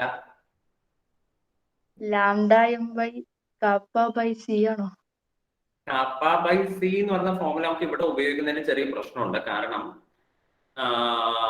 നമുക്ക് ഇച്ചിരൂടെ നല്ലൊരു ഫോർമുലയുണ്ട്. ഇവിടെ മൊളാരിറ്റി തന്നിട്ടുണ്ടല്ലോ. അപ്പൊ ഒരു പൂജ്യം സ്ഥലം മറന്നുപോയി എന്താ 1000 into kappa by m molarity. രക്ഷപ്പെട്ടു ആൾഡ്രിൻ. അപ്പൊ ആൾഡ്രിൻ ഒരു മഞ്ജു മേടിച്ചു കൊടുത്ത രക്തസാലിലേക്ക് എന്തായാലും രക്ഷപ്പെടുത്തിയതിന്. അപ്പൊ lambda m is equal to 1000 into kappa divided by m. ഇത് വെച്ചിട്ട് നമുക്ക് ലാംഡ എം കണ്ടുപിടിക്കാം. പക്ഷെ ഇവിടെ ഒരു പ്രശ്നമുണ്ട്. ഇവിടെ എം തന്നിട്ടുണ്ട്, മൊളാരിറ്റി ചോദ്യത്തിൽ തന്നെ തന്നിട്ടുണ്ടല്ലേ. എത്ര മോളാർന്ന് തന്നിട്ട് 0.5 മോളാർന്ന് തന്നിട്ടുണ്ട്. പക്ഷെ കാപ്പ തന്നിട്ടില്ലല്ലോ. അപ്പൊ കാപ്പ കണ്ടുപിടിക്കാനുള്ള ഇക്വേഷൻ ആണ് ഇനി വേണ്ടത്. പിന്നെ നമുക്ക് കാപ്പ കണ്ടുപിടിക്കാനുള്ള ഇക്വേഷൻ എന്താണ്? അത് കുറച്ചും കൂടി പുറകോട്ട് മറക്കേണ്ടി വരും. കാരണം മോളാർ കണ്ടക്ടിവിറ്റിനേക്കാളും മുമ്പ് പഠിച്ചതാണ്. പുറകോട്ട് മറക്കാണ്ട് തന്നെ പറയാൻ അറിയാവുന്നവര് പറഞ്ഞാൽ വെറുതെ ബാക്കിയുള്ളവരെ കഷ്ടപ്പെടുത്തേണ്ട ആവശ്യം പറ്റില്ല. അപ്പൊ അതുകൊണ്ട് അറിയുന്നവര് ആ ഓഡിയോ ഒന്ന് ഓൺ ചെയ്ത് പറയുമായിരിക്കും, ബാക്കിയുള്ളവർക്ക് ഉപകാരം. കാപ്പ കണ്ടുപിടിക്കാനുള്ള മാർഗം വല്ലോ? ആരാണ് ഏറ്റവും സ്പീഡിൽ മറക്കണേന്നാ ഞാൻ നോക്കണേ ഇവിടെ ഇരുന്നത്. എല്ലാരും മറച്ച് പുറത്താറായി. ഒന്നാമത്തെ ചാപ്റ്ററിൽ എത്തിയോ എല്ലാരും?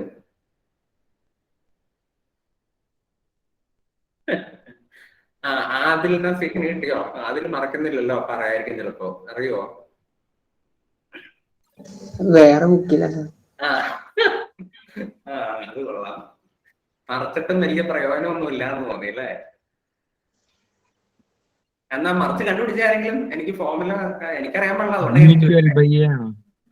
എന്താ G into L by A. G into L by A. Yes, G into L by A. ഈ ഫോർമുല വെച്ചിട്ട് നമുക്ക് കാപ്പ കണ്ടുപിടിക്കാം. ഇനി ഈ G എന്ന് പറഞ്ഞാൽ എന്താ? G എന്ന് പറഞ്ഞാൽ കണ്ടക്ടൻസ്.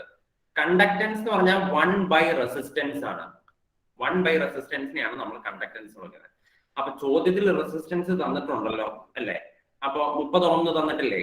അപ്പൊ അതിന്റെ 1 by എടുത്തു കഴിഞ്ഞാൽ നമുക്ക് അപ്പൊ നമുക്ക് ഇവിടെ എഴുതാം കാപ്പ ഇസ് ഈക്വൽ ടു ജിക്ക് വരെ എനിക്ക് 1 by റെസിസ്റ്റൻസ് എഴുതാം into l by a. That is equal to 1 by 30 അല്ലെ? റെസിസ്റ്റൻസ് 30 തന്നിട്ടുണ്ട് ഇൻറ്റു എൽ ബൈ എ. എല്ലും എയും തന്നിട്ടില്ലേ ചോദ്യത്തില്? പ്ലാറ്റിനം ഇലക്ട്രോഡ്സ് 1.5 സെന്റിമീറ്റർ എപ്പാർട്ട് എന്നാണ് പറഞ്ഞേക്കുന്നത്. രണ്ട് പ്ലാറ്റിനം ഇലക്ട്രോഡുകളുടെ ഇടയിലുള്ള നീളമാണ് 1.5 സെന്റിമീറ്റർ. അപ്പൊ 1.5 divided by area of cross section തന്നിട്ടുണ്ടല്ലോ ചോദ്യത്തില്, and having an area of 2 centimetre square എന്ന് പറഞ്ഞിട്ടുണ്ട്. അപ്പൊ 2. ഇതിന്റെ ഉത്തരം കണ്ടുപിടിക്കുക.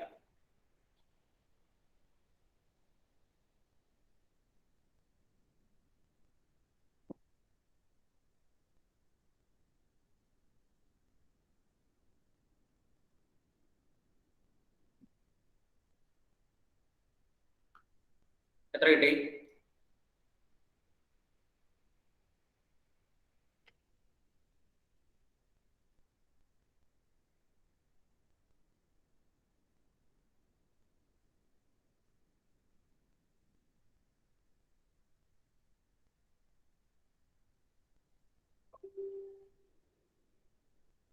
കാപ്പ കിട്ടിയപ്പോ ഇനി നമുക്ക് ഈ കാപ്പ ഉപയോഗിച്ച് ലാംഡ എം കണ്ടുപിടിക്കാം. therefore നമ്മൾ lambda m is equal to എന്തെന്ന് എഴുതാം? 1000 കാപ്പ ഡിവൈഡഡ് ബൈ എം എന്നാണല്ലോ. അപ്പൊ that is equal to 1000 into 0.025 divided by m. Molarity എത്ര എന്നൊക്കെ ചോദ്യത്തില് 0.5. 0.5. അപ്പൊ ഇത് നമുക്ക് ഇത് 1000 വെച്ചല്ലേ? അപ്പൊ 25 വരും. അപ്പൊ 25-നെ അല്ലെ 0.5 വെച്ച് കഴിച്ചാൽ മതിയല്ലോ അല്ലെ? അപ്പൊ 50 വരും അല്ലെ? 50. ലാംഡ എമ്മിന്റെ യൂണിറ്റ് ഞാൻ പറഞ്ഞു തന്നിട്ട് siemens centimetre square mole inverse. ഇതാണ് ആൻസർ.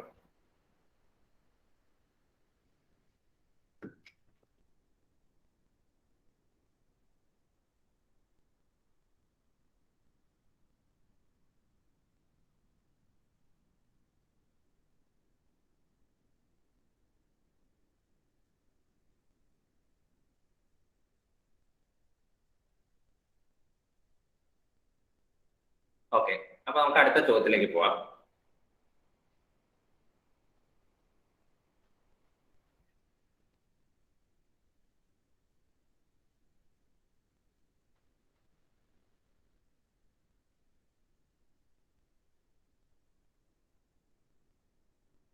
നീ ഇതുപോലെ പാരകളൊന്നും ആയിരിക്കരുതേ എന്നായിരിക്കില്ല എല്ലാരും പ്രാർത്ഥിക്കുന്നത് അല്ലേ? നല്ല നേരെ ചോദ്യമുള്ള ചോദ്യം ആയാൽ മതിയായിരുന്നു, അത് പണി കിട്ടരുത്. നമുക്ക് നോക്കാം അടുത്ത ചോദ്യം. With the help of diagram, describe the construction and working of fuel cell using hydrogen and oxygen. What are the advantages of fuel cell over conventional methods? വീണ്ടും ചോദിച്ചു തന്നെ ചോദ്യം തന്നെ പിന്നെ ചോദിച്ചുകൊണ്ടിരിക്കുകയാണ്. ഫ്യൂവൽ സെല്ലിന്റെ കൺസ്ട്രക്ഷൻ, വർക്കിംഗ്, അതിന്റെ ഇക്വേഷൻസ്.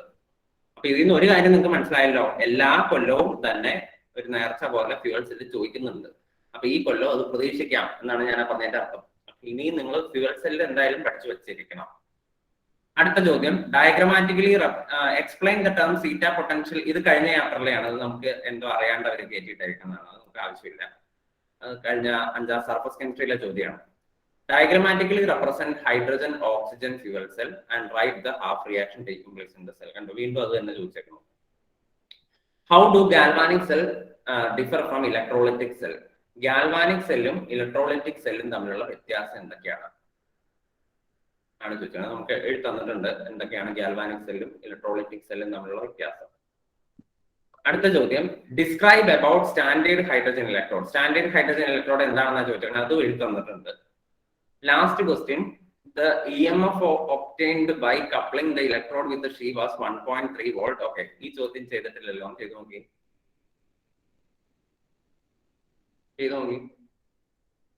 ലാസ്റ്റ് ക്വസ്റ്റ്യൻ,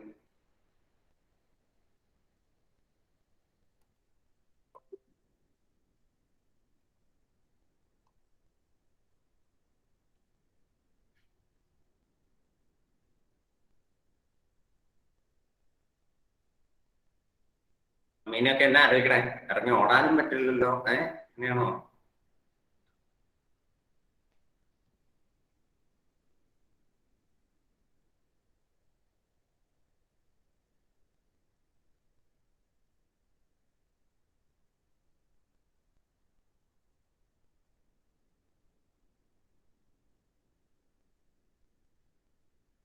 ഇത് ചാപ്റ്ററിന്റെ ഏറ്റവും ആദ്യത്തെ ഇക്വേഷൻ വെച്ചിട്ട് കണ്ടുപിടിക്കുന്നതാണ്, ഏറ്റവും ആദ്യം പഠിപ്പിച്ച ഇക്വേഷൻ.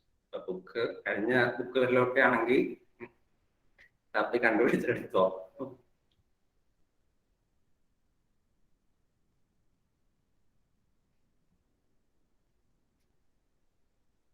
ഇതിന്റെ വല്ല ആവശ്യമുണ്ടോ? ആ ഫോർമുല അങ്ങ് കാണാണ്ട് പഠിച്ചാൽ വല്ല പ്രശ്നമുള്ള കാര്യമാണോ? ആകെ 4-3-7 ഫോർമുലയല്ലേ ഉള്ളൂ.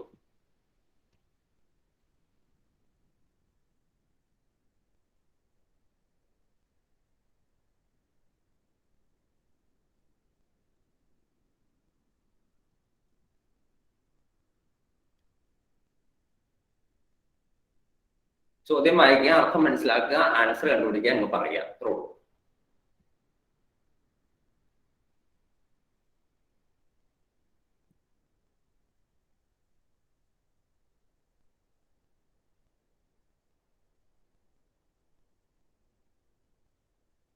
എന്ത് ഫോർമുല പ്രയോഗിക്കും? എന്താണ് ചോദ്യത്തിന്റെ അർത്ഥം? ആദ്യം നോക്കാം. The EMF of the cell obtained by coupling an electrode with the sheave was 1.3 volt. ഏതോ ഒരു ഇലക്ട്രോഡും, സിങ്ക് ആവാം, കോപ്പർ ആവാം, നിക്കൽ ആവാം, ഏതോ ഒരു ഇലക്ട്രോഡും ഷീയും കൂടെ കപ്പിൾ ചെയ്ത് കഴിഞ്ഞപ്പോ സെൽ EMF, ഈ സെൽ എന്ന് പറയുന്നത് എത്ര കിട്ടി? 1.3 വോൾട്ട് കിട്ടിയെന്ന് അവർ പറഞ്ഞേക്കുവാണ്. 1.3 എന്നാണ് ഈ സെല്ല് കിട്ടിയത്. ഈ she is the positive electrode, she ആണ് പോസിറ്റീവ് ഇലക്ട്രോഡ് എന്നും കൂടെ അവർ പ്രൂവ് തന്നിട്ടുണ്ട്. അപ്പൊ മറ്റേ ഇലക്ട്രോഡ് എന്തായാലും നെഗറ്റീവ് ഇലക്ട്രോഡ് ആയിരിക്കും. അങ്ങനെയാണെങ്കിൽ മറ്റേ ഇലക്ട്രോഡിന്റെ എന്ത് കണ്ടുപിടിക്കുക? ഇലക്ട്രോഡ് പൊട്ടൻഷ്യൽ കണ്ടുപിടിക്കാനാണ് പറഞ്ഞത്. E0 വാല്യൂ കണ്ടുപിടിക്കുക. എങ്ങനെ ചെയ്യും?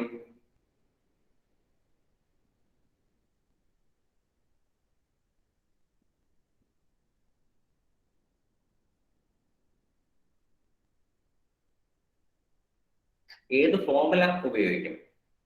ആദ്യം പറയൂ. ഇതുവരെ അവസരം കിട്ടാതെ വിഷമിച്ചിരിക്കുന്ന ആരെങ്കിലും? സുഫിൻ, ഏത് ഫോർമുല ഉപയോഗിക്കും?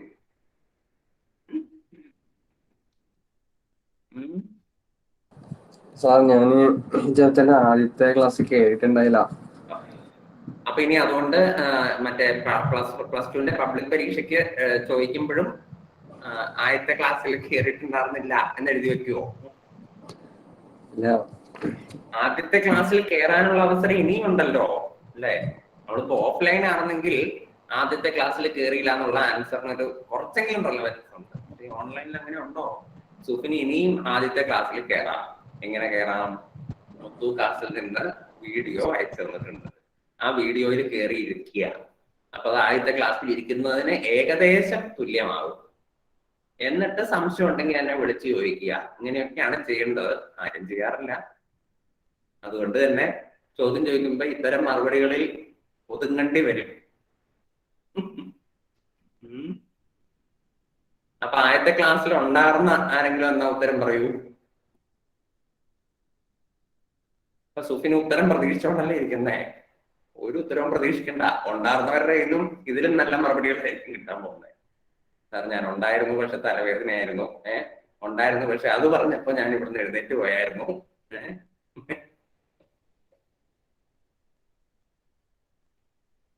സാർ ഈ പ്രത്യേക പോയിന്റ് പറഞ്ഞപ്പോ എന്റെ നെറ്റ് കട്ടായി പോയി. എന്തൊക്കെ മറുപടികൾ എനിക്ക് കിട്ടാം. ഞാൻ തന്നെ ഫോമിൽ പറഞ്ഞു തരാം. ഞാനല്ലേ എക്സാം എഴുതാൻ പോകുന്നേ. അതുകൊണ്ട് ഞാൻ പറഞ്ഞു തരാം. എനിക്ക് എന്തോ ഒരു മാർക്ക് കിട്ടിയാല എനിക്ക് +1 +2 ഒക്കെ പാസ്സായിട്ട് വേണം ഒന്ന് പച്ച പിടിക്കാനായിട്ട്. എഴുതിക്കോ. E cell is equal to E cell is equal to E cathode minus E anode.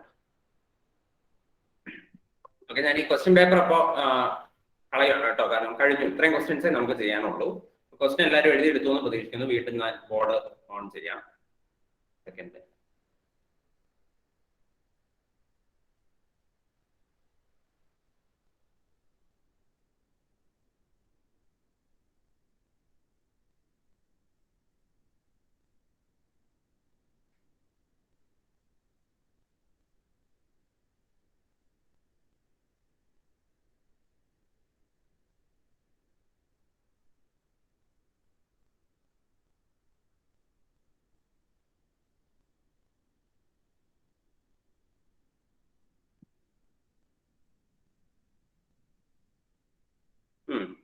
നമ്മളുടെ ഇക്വേഷൻ നമുക്ക് ഇങ്ങനെ എഴുതാം. അതായത് e cell is equal to E cathode minus E anode. ഇനി നിങ്ങൾ നോക്കുക, ഇ സെല്ലിന്റെ വാല്യൂ അവർ തന്നിട്ടുണ്ട് 1.3 വോൾട്ട്. അതായത് ഹൈഡ്രജൻ ഇലക്ട്രോഡും നമ്മളുടെ അവർ തരാത്ത ഇലക്ട്രോഡും കൂടെ കണക്ട് ചെയ്തപ്പോൾ കിട്ടിയ സെൽ EMF 1.3 ആണ് തന്നിട്ടുണ്ട്. അപ്പൊ സെൽ EMF എന്ന് പറഞ്ഞാൽ ഈ സെല്ല്. ഇനി പോസിറ്റീവ് ഇലക്ട്രോഡ് ഹൈഡ്രജൻ ആണെന്നും പറഞ്ഞിട്ടുണ്ട്. ഈ കാഥോഡാണോ ആനോഡാണോ പോസിറ്റീവ്? കാഥോഡ്. പോസിറ്റീവ് ഇലക്ട്രോഡ് എന്ന് പറഞ്ഞാൽ കാഥോഡാണ്. അപ്പൊ അത് ഹൈഡ്രജൻ ആണ് തന്നിട്ടുണ്ട്. That is equal to e of hydrogen e of minus E anode. ഇങ്ങനെ എഴുതാലോ. ഹൈഡ്രജൻ ആണ് പോസിറ്റീവ് ഇലക്ട്രോഡ് എന്ന് പറഞ്ഞിട്ടുണ്ട്. അപ്പൊ നമുക്കറിയാം ഇതിന്റെ വാല്യൂ 0 ആണല്ലോ. ഹൈഡ്രജൻ ഇലക്ട്രോണിന്റെ വാല്യൂ 0 ആണല്ലോ. Minus E anode is equal to 1.3.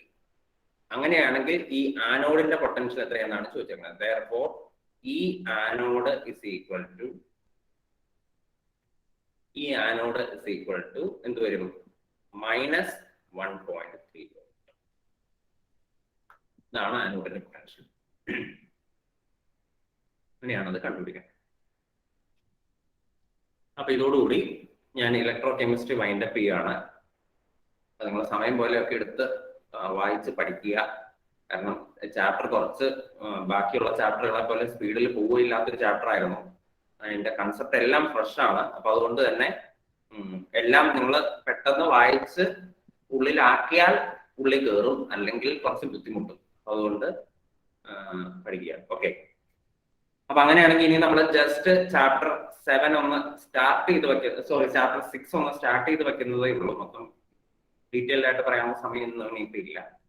Just നമ്മൾ ചാപ്റ്റർ 6 സ്റ്റാർട്ട് ചെയ്യാൻ പോകണം. അപ്പൊ എല്ലാവരും ചാപ്റ്റർ 6 എന്ന് ഹെഡിങ് കൊടുക്കുക. ചാപ്റ്റർ 6 പുസ്തകത്തിൽ അതിന്റെ പേരുണ്ട്, ഇച്ചിരി നീട്ടമുള്ള പേരാണ്. അപ്പൊ അത് നോക്കി എഴുതുക. Chapter 6 general principles and processes of isolation of elements.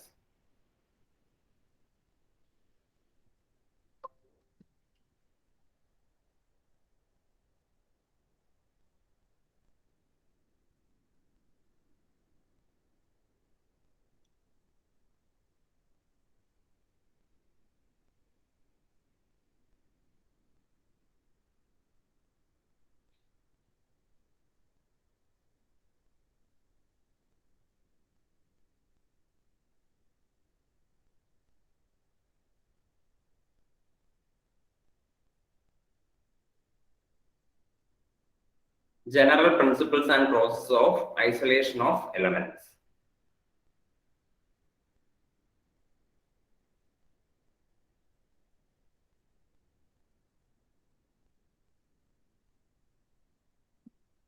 നിങ്ങളിത് 10ാം ക്ലാസ്സിൽ കുറച്ച് പഠിച്ചേക്കുന്ന ഒരു ഭാഗമാണ് മെറ്റലർജി എന്ന് പറയും. മെറ്റലർജിക് റിയാക്ഷൻസിനെ പറ്റി, അതിനെപ്പറ്റിയാണ് ഇതിൻ്റെ അകത്ത് കൂടുതലും പഠിക്കാനുള്ളത്. അപ്പൊ ഇനി എല്ലാവരും ഇവിടെ ശ്രദ്ധിച്ചിരിക്കും. അപ്പൊ ആരും ഒന്നും എഴുതിയെടുക്കാനൊന്നും നിൽക്കണ്ട, പറയണ കേട്ടിരുന്നാൽ മതി. പിന്നെ അത് നമ്മൾ ആദ്യമായിട്ട് പഠിക്കാൻ പോകുന്നത് 2 ടേംസ് തമ്മിലുള്ള വ്യത്യാസമാണ്. ഒന്ന് മിനറൽ ആൻഡ് 2 ഓർ. ഈ 2 വാക്കും തമ്മിലുള്ള വ്യത്യാസം എന്താണ്? ഇതാണ് നമ്മൾ പഠിക്കാൻ പോകുന്നത്. എന്താണ് ഒരു മിനറൽ, എന്താണ് ഒരു ഓർ എന്ന് പറഞ്ഞു കഴിഞ്ഞാൽ. അപ്പൊ ശ്രദ്ധിച്ച് കേട്ടോളുക. നമ്മളുടെ ഭൂമിയിൽ, ഇച്ചിരി നേരം മുമ്പ് ഞാൻ പറഞ്ഞതാ, നമ്മുടെ ഭൂമിയിൽ അയൺ എടുക്കുവാണെന്ന് വിചാരിക്കാം. അയൺ, ഈ അയൺ കാണപ്പെടുന്നത് എങ്ങനെയാണെന്ന് ഞാൻ നിങ്ങളോട് പറഞ്ഞ അയൺ ആയിട്ടാണോ? അല്ല, അയണിന്റെ കോമ്പൗണ്ട്സ് ആയിട്ടാണ് കാണപ്പെടുന്നത്. അപ്പൊ അയണിന്റെ ഓക്സൈഡ്, അല്ലെങ്കിൽ അയണിന്റെ സൾഫൈഡ്, അല്ലെങ്കിൽ അയണിന്റെ ക്ലോറൈഡ്, ഇങ്ങനെയൊക്കെ ആയിട്ടായിരിക്കും കാണപ്പെടുന്നത്. ഇനി കോപ്പർ എടുക്കുകയാണെങ്കിൽ കോപ്പർ ആയിട്ടല്ല കാണപ്പെടുന്നത്. പകരം എന്താണ്? കോപ്പറിന്റെ സൾഫേറ്റ് അല്ലെങ്കിൽ കോപ്പറിന്റെ ഓക്സൈഡ്, അങ്ങനെ കോമ്പൗണ്ടുകളായിട്ടാണ് കാണപ്പെടുന്നത്. ഇത്തരം കോമ്പൗണ്ടുകളെയാണ് നമ്മൾ എന്തെന്ന് വിളിക്കുന്നത്? മിനറൽ എന്ന് വിളിക്കുന്നത്. എന്താണ് വിളിക്കുന്നത്? മിനറൽസ് എന്ന് വിളിക്കുന്നത്. അതായത് ഇപ്പൊ ഒരു മെറ്റൽ നമ്മുടെ ഭൂമിയിൽ കാണപ്പെടുന്ന കോമ്പൗണ്ട്, ആ കോമ്പൗണ്ടിനെയാണ് നമ്മൾ എന്തെന്ന് വിളിക്കുന്നത്? മിനറൽ എന്ന് വിളിക്കുന്നത്. അപ്പൊ അയൺ ഭൂമിയിൽ കാണപ്പെടുന്നത് എങ്ങനെയാണ്? അയണിന്റെ ഓക്സൈഡ് ആയിട്ട്, അയണിന്റെ സൾഫൈഡ് ആയിട്ട്, അയണിന്റെ കാർബണേറ്റ് ആയിട്ട്, ഇങ്ങനെയൊക്കെ ആയിട്ടായിരിക്കും കാണപ്പെടുന്നത്.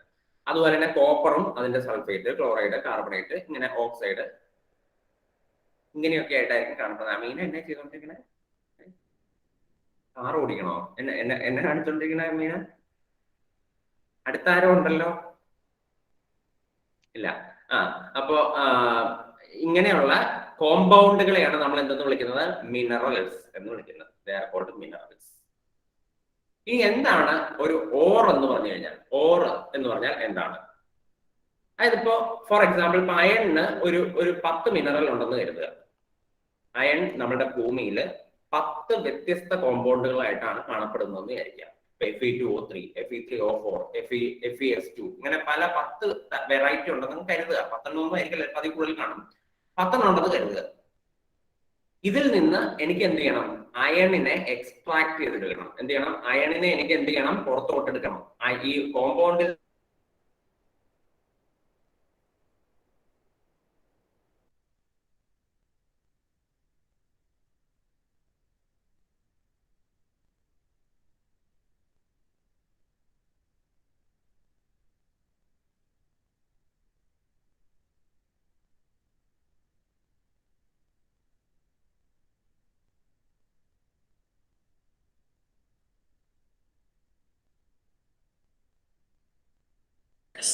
നിങ്ങളുടെ ഗ്രൂപ്പിലേക്ക് ഫീഡ്ബാക്ക് ഫോം ഷെയർ ചെയ്തിട്ടുണ്ട് കേട്ടോ. അത് എല്ലാവരും ഫില്ല് ചെയ്യണം. ക്യാമറ ഓക്കെ ഉണ്ട് കേട്ടോ. എല്ലാവരും ക്യാമറ ഓണാക്കി.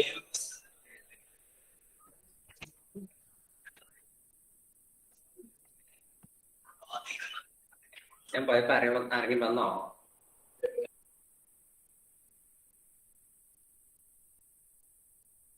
സച്ചിനാണോ? അതെ സാറേ. ഓക്കെ. ഫീഡ്ബാക്ക് ഫോം ഷെയർ ചെയ്തിട്ടുണ്ട്. അപ്പൊ അത് എല്ലാവരും ഫില്ല് ചെയ്യണം. ഫില്ല് ചെയ്തിട്ട് ലീവ് ചെയ്യാവുള്ളൂ. കമന്റ് ബോക്സിൽ പറഞ്ഞിട്ട് വേണം ലീവ് ചെയ്യാൻ. ഓക്കെ. ആരും ലീവ് ചെയ്യില്ല കേട്ടോ. ഞാനൊന്ന് പഠിപ്പിച്ച് തീർത്തോട്ടെ. 10 മണിയാകുമ്പോൾ ലീവ് ചെയ്താൽ മതി. അപ്പൊ മിനറലും ഓറും തമ്മിലുള്ള വ്യത്യാസം എന്താണ് എന്നാണ് ഞാൻ പറഞ്ഞത്. അതിപ്പോ ഒരു മെറ്റല് നമ്മളുടെ ഭൂമിയിൽ കാണപ്പെടുന്നത് അതിന്റെ കോമ്പൗണ്ട് ആയിട്ടാണ്. ആ കോമ്പൗണ്ടിനെയാണ് നമ്മൾ എന്തെന്ന് വിളിക്കുന്നത്? മിനറൽ എന്ന് വിളിക്കുന്നത്. അതാണ് മിനറൽ.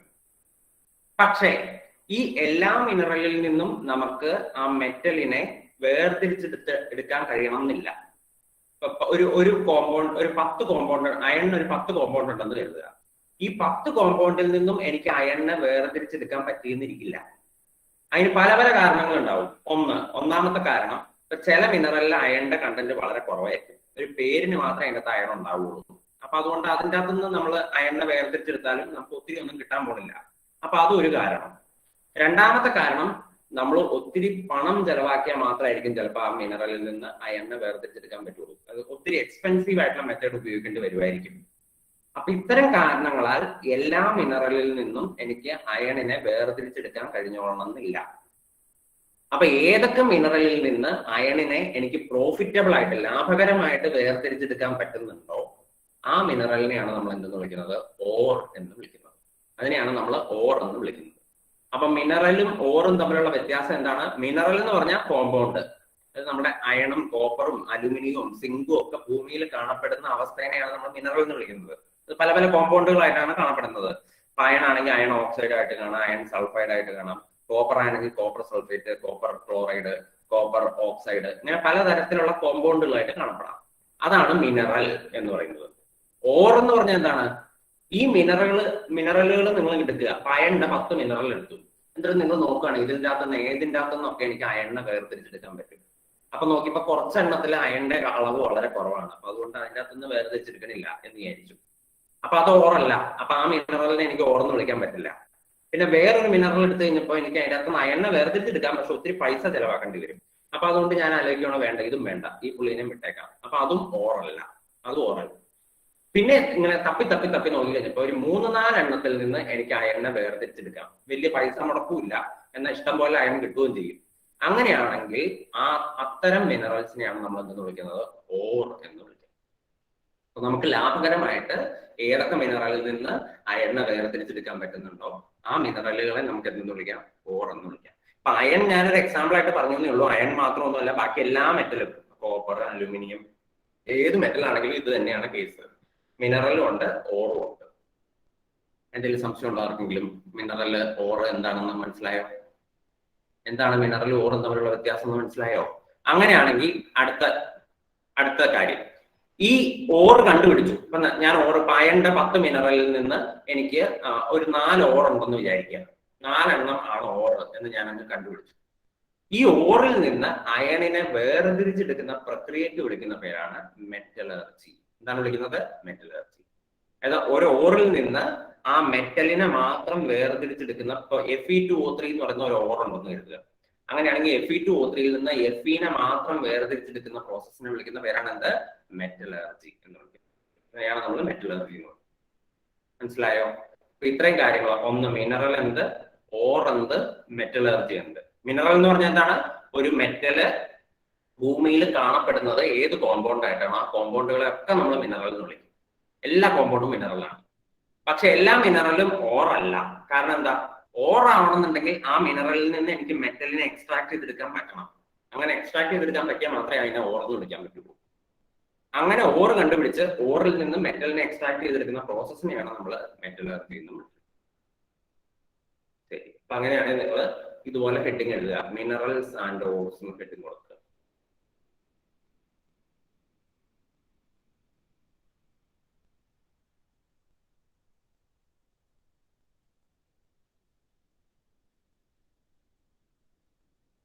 എന്നിട്ട് എഴുതിക്കോ, most of the metals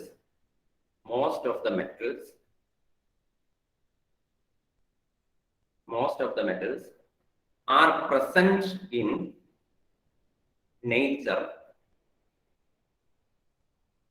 Most of the metals are present in nature in the form of their compounds.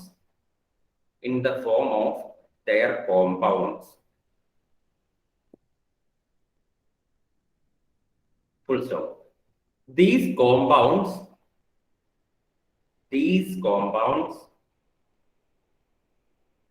present in the earth crust. These compounds present in the earth crust are called minerals.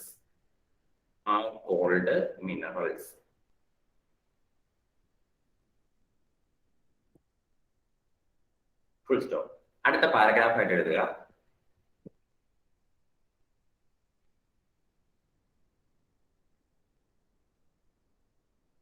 We cannot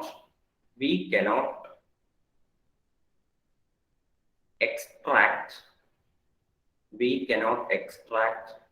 a metal. From all minerals.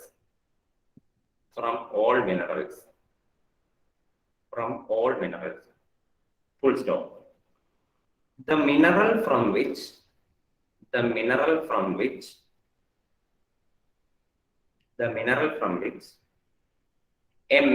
can be extracted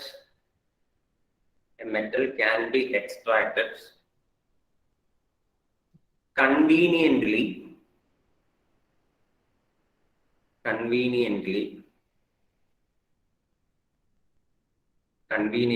and profitably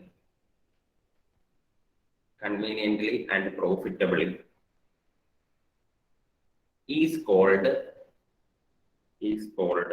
ore. O-R-E, ore.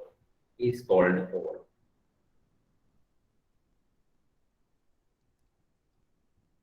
എന്നിട്ട് താഴെ എഴുതുക study, താഴെ ഒരു ബ്രാക്കറ്റിൽ എഴുതിയാൽ മതി കേട്ടോ. താഴെ ഒരു ബ്രാക്കറ്റ് ഇട്ടിട്ട് എഴുതുക സ്റ്റഡി ടേബിൾ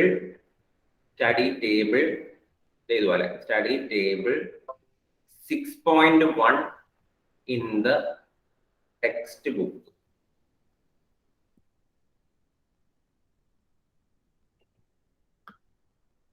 ആ 6.1 എന്ന് പറയുന്ന ഒരു ടേബിൾ നിങ്ങളുടെ പുസ്തകത്തിലുണ്ട്.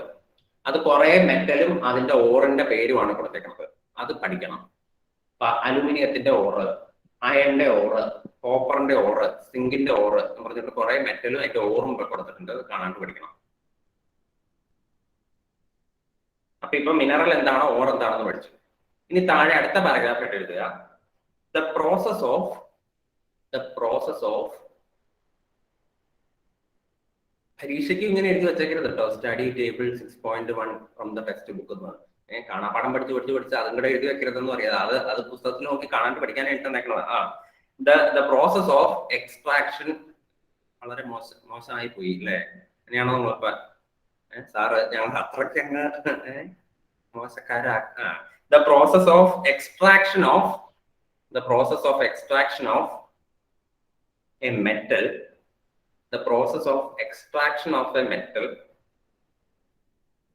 from its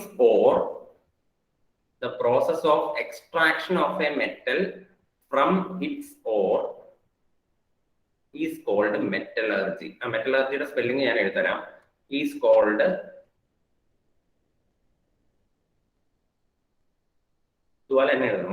is called metallurgy. The process of extraction of a metal from its ore. ഒരു ഓറിൽ നിന്ന് ഒരു മെറ്റലിനെ വേർതിരിച്ചെടുക്കുന്ന പ്രോസസ്സിനെയാണ് മെറ്റലർജി എന്ന് വിളിക്കുന്നത്. ഇനി ഏതൊരു മെറ്റലർജിക് പ്രോസസ്സിനും 3 സ്റ്റെപ്പ് ഉണ്ട്.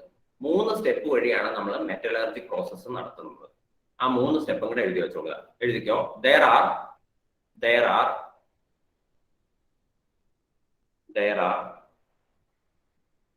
mainly 3 steps.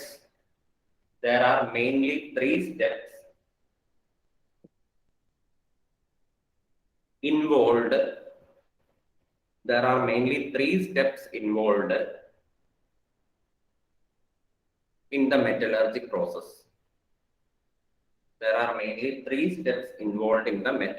process. അത് ഒരു മെറ്റലർജി എന്ന് പറഞ്ഞാൽ എന്താ? ഒരു ഓറിൽ നിന്ന് മെറ്റലിനെ വേർതിരിച്ചെടുക്കുക. അതിന് 3 സ്റ്റെപ്പ് ഉണ്ട്. 3 സ്റ്റെപ്പ് വഴിയാണ് വേർതിരിച്ചെടുക്കുന്നത്. എന്റെ 1ാമത്തെ സ്റ്റെപ്പ് 1 എന്ന് എഴുതുക. സ്റ്റെപ്പ് 1 എന്നിട്ട് ഇതുപോലെ എഴുതുക. കോൺസെൻട്രേഷൻ, ഇതൊക്കെ എന്നാന്ന് അടുത്ത ക്ലാസ്സിൽ പറയാം കേട്ടോ. Concentration of the or. Step 2 extraction of the metal from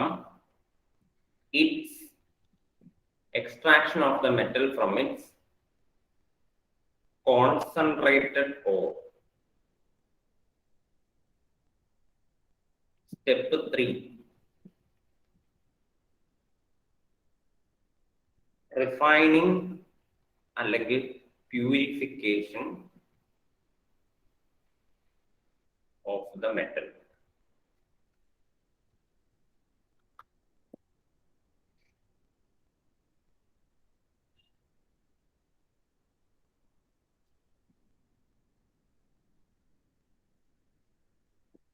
ഒരു കാര്യം ഞാൻ പെട്ടെന്ന് പറഞ്ഞു നിർത്തേക്കാം, നോക്കിക്കോളുക.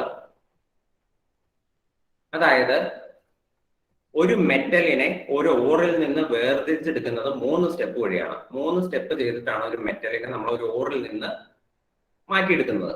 അപ്പൊ നിങ്ങൾ നോക്കുക, ഈ ഓറ് നമുക്ക് എവിടെ നിന്നാണ് കിട്ടുന്നത്? ഭൂമിയിൽ നിന്നല്ല കിട്ടുന്നത്. ഭൂമിയിൽ നിന്നാണ് നമുക്ക് ഓറ് കിട്ടുന്നത്. അപ്പൊ ഭൂമിയിൽ നിന്ന് കിട്ടുന്നത് കൊണ്ട് തന്നെ അതിന്റെ അകത്ത് കുറെ ഇമ്പ്യൂരിറ്റീസും കാണും. അതിനെ നമ്മളെ എർത്തിലി ഇമ്പ്യൂരിറ്റീസ് എന്ന് വിളിക്കും. എന്താണ് എർത്തിലി ഇമ്പ്യൂരിറ്റീസ്? ഭൂമിയിൽ നിന്ന് തന്നെ കിട്ടുന്ന കുറെ ഇമ്പ്യൂരിറ്റീസും കാണും.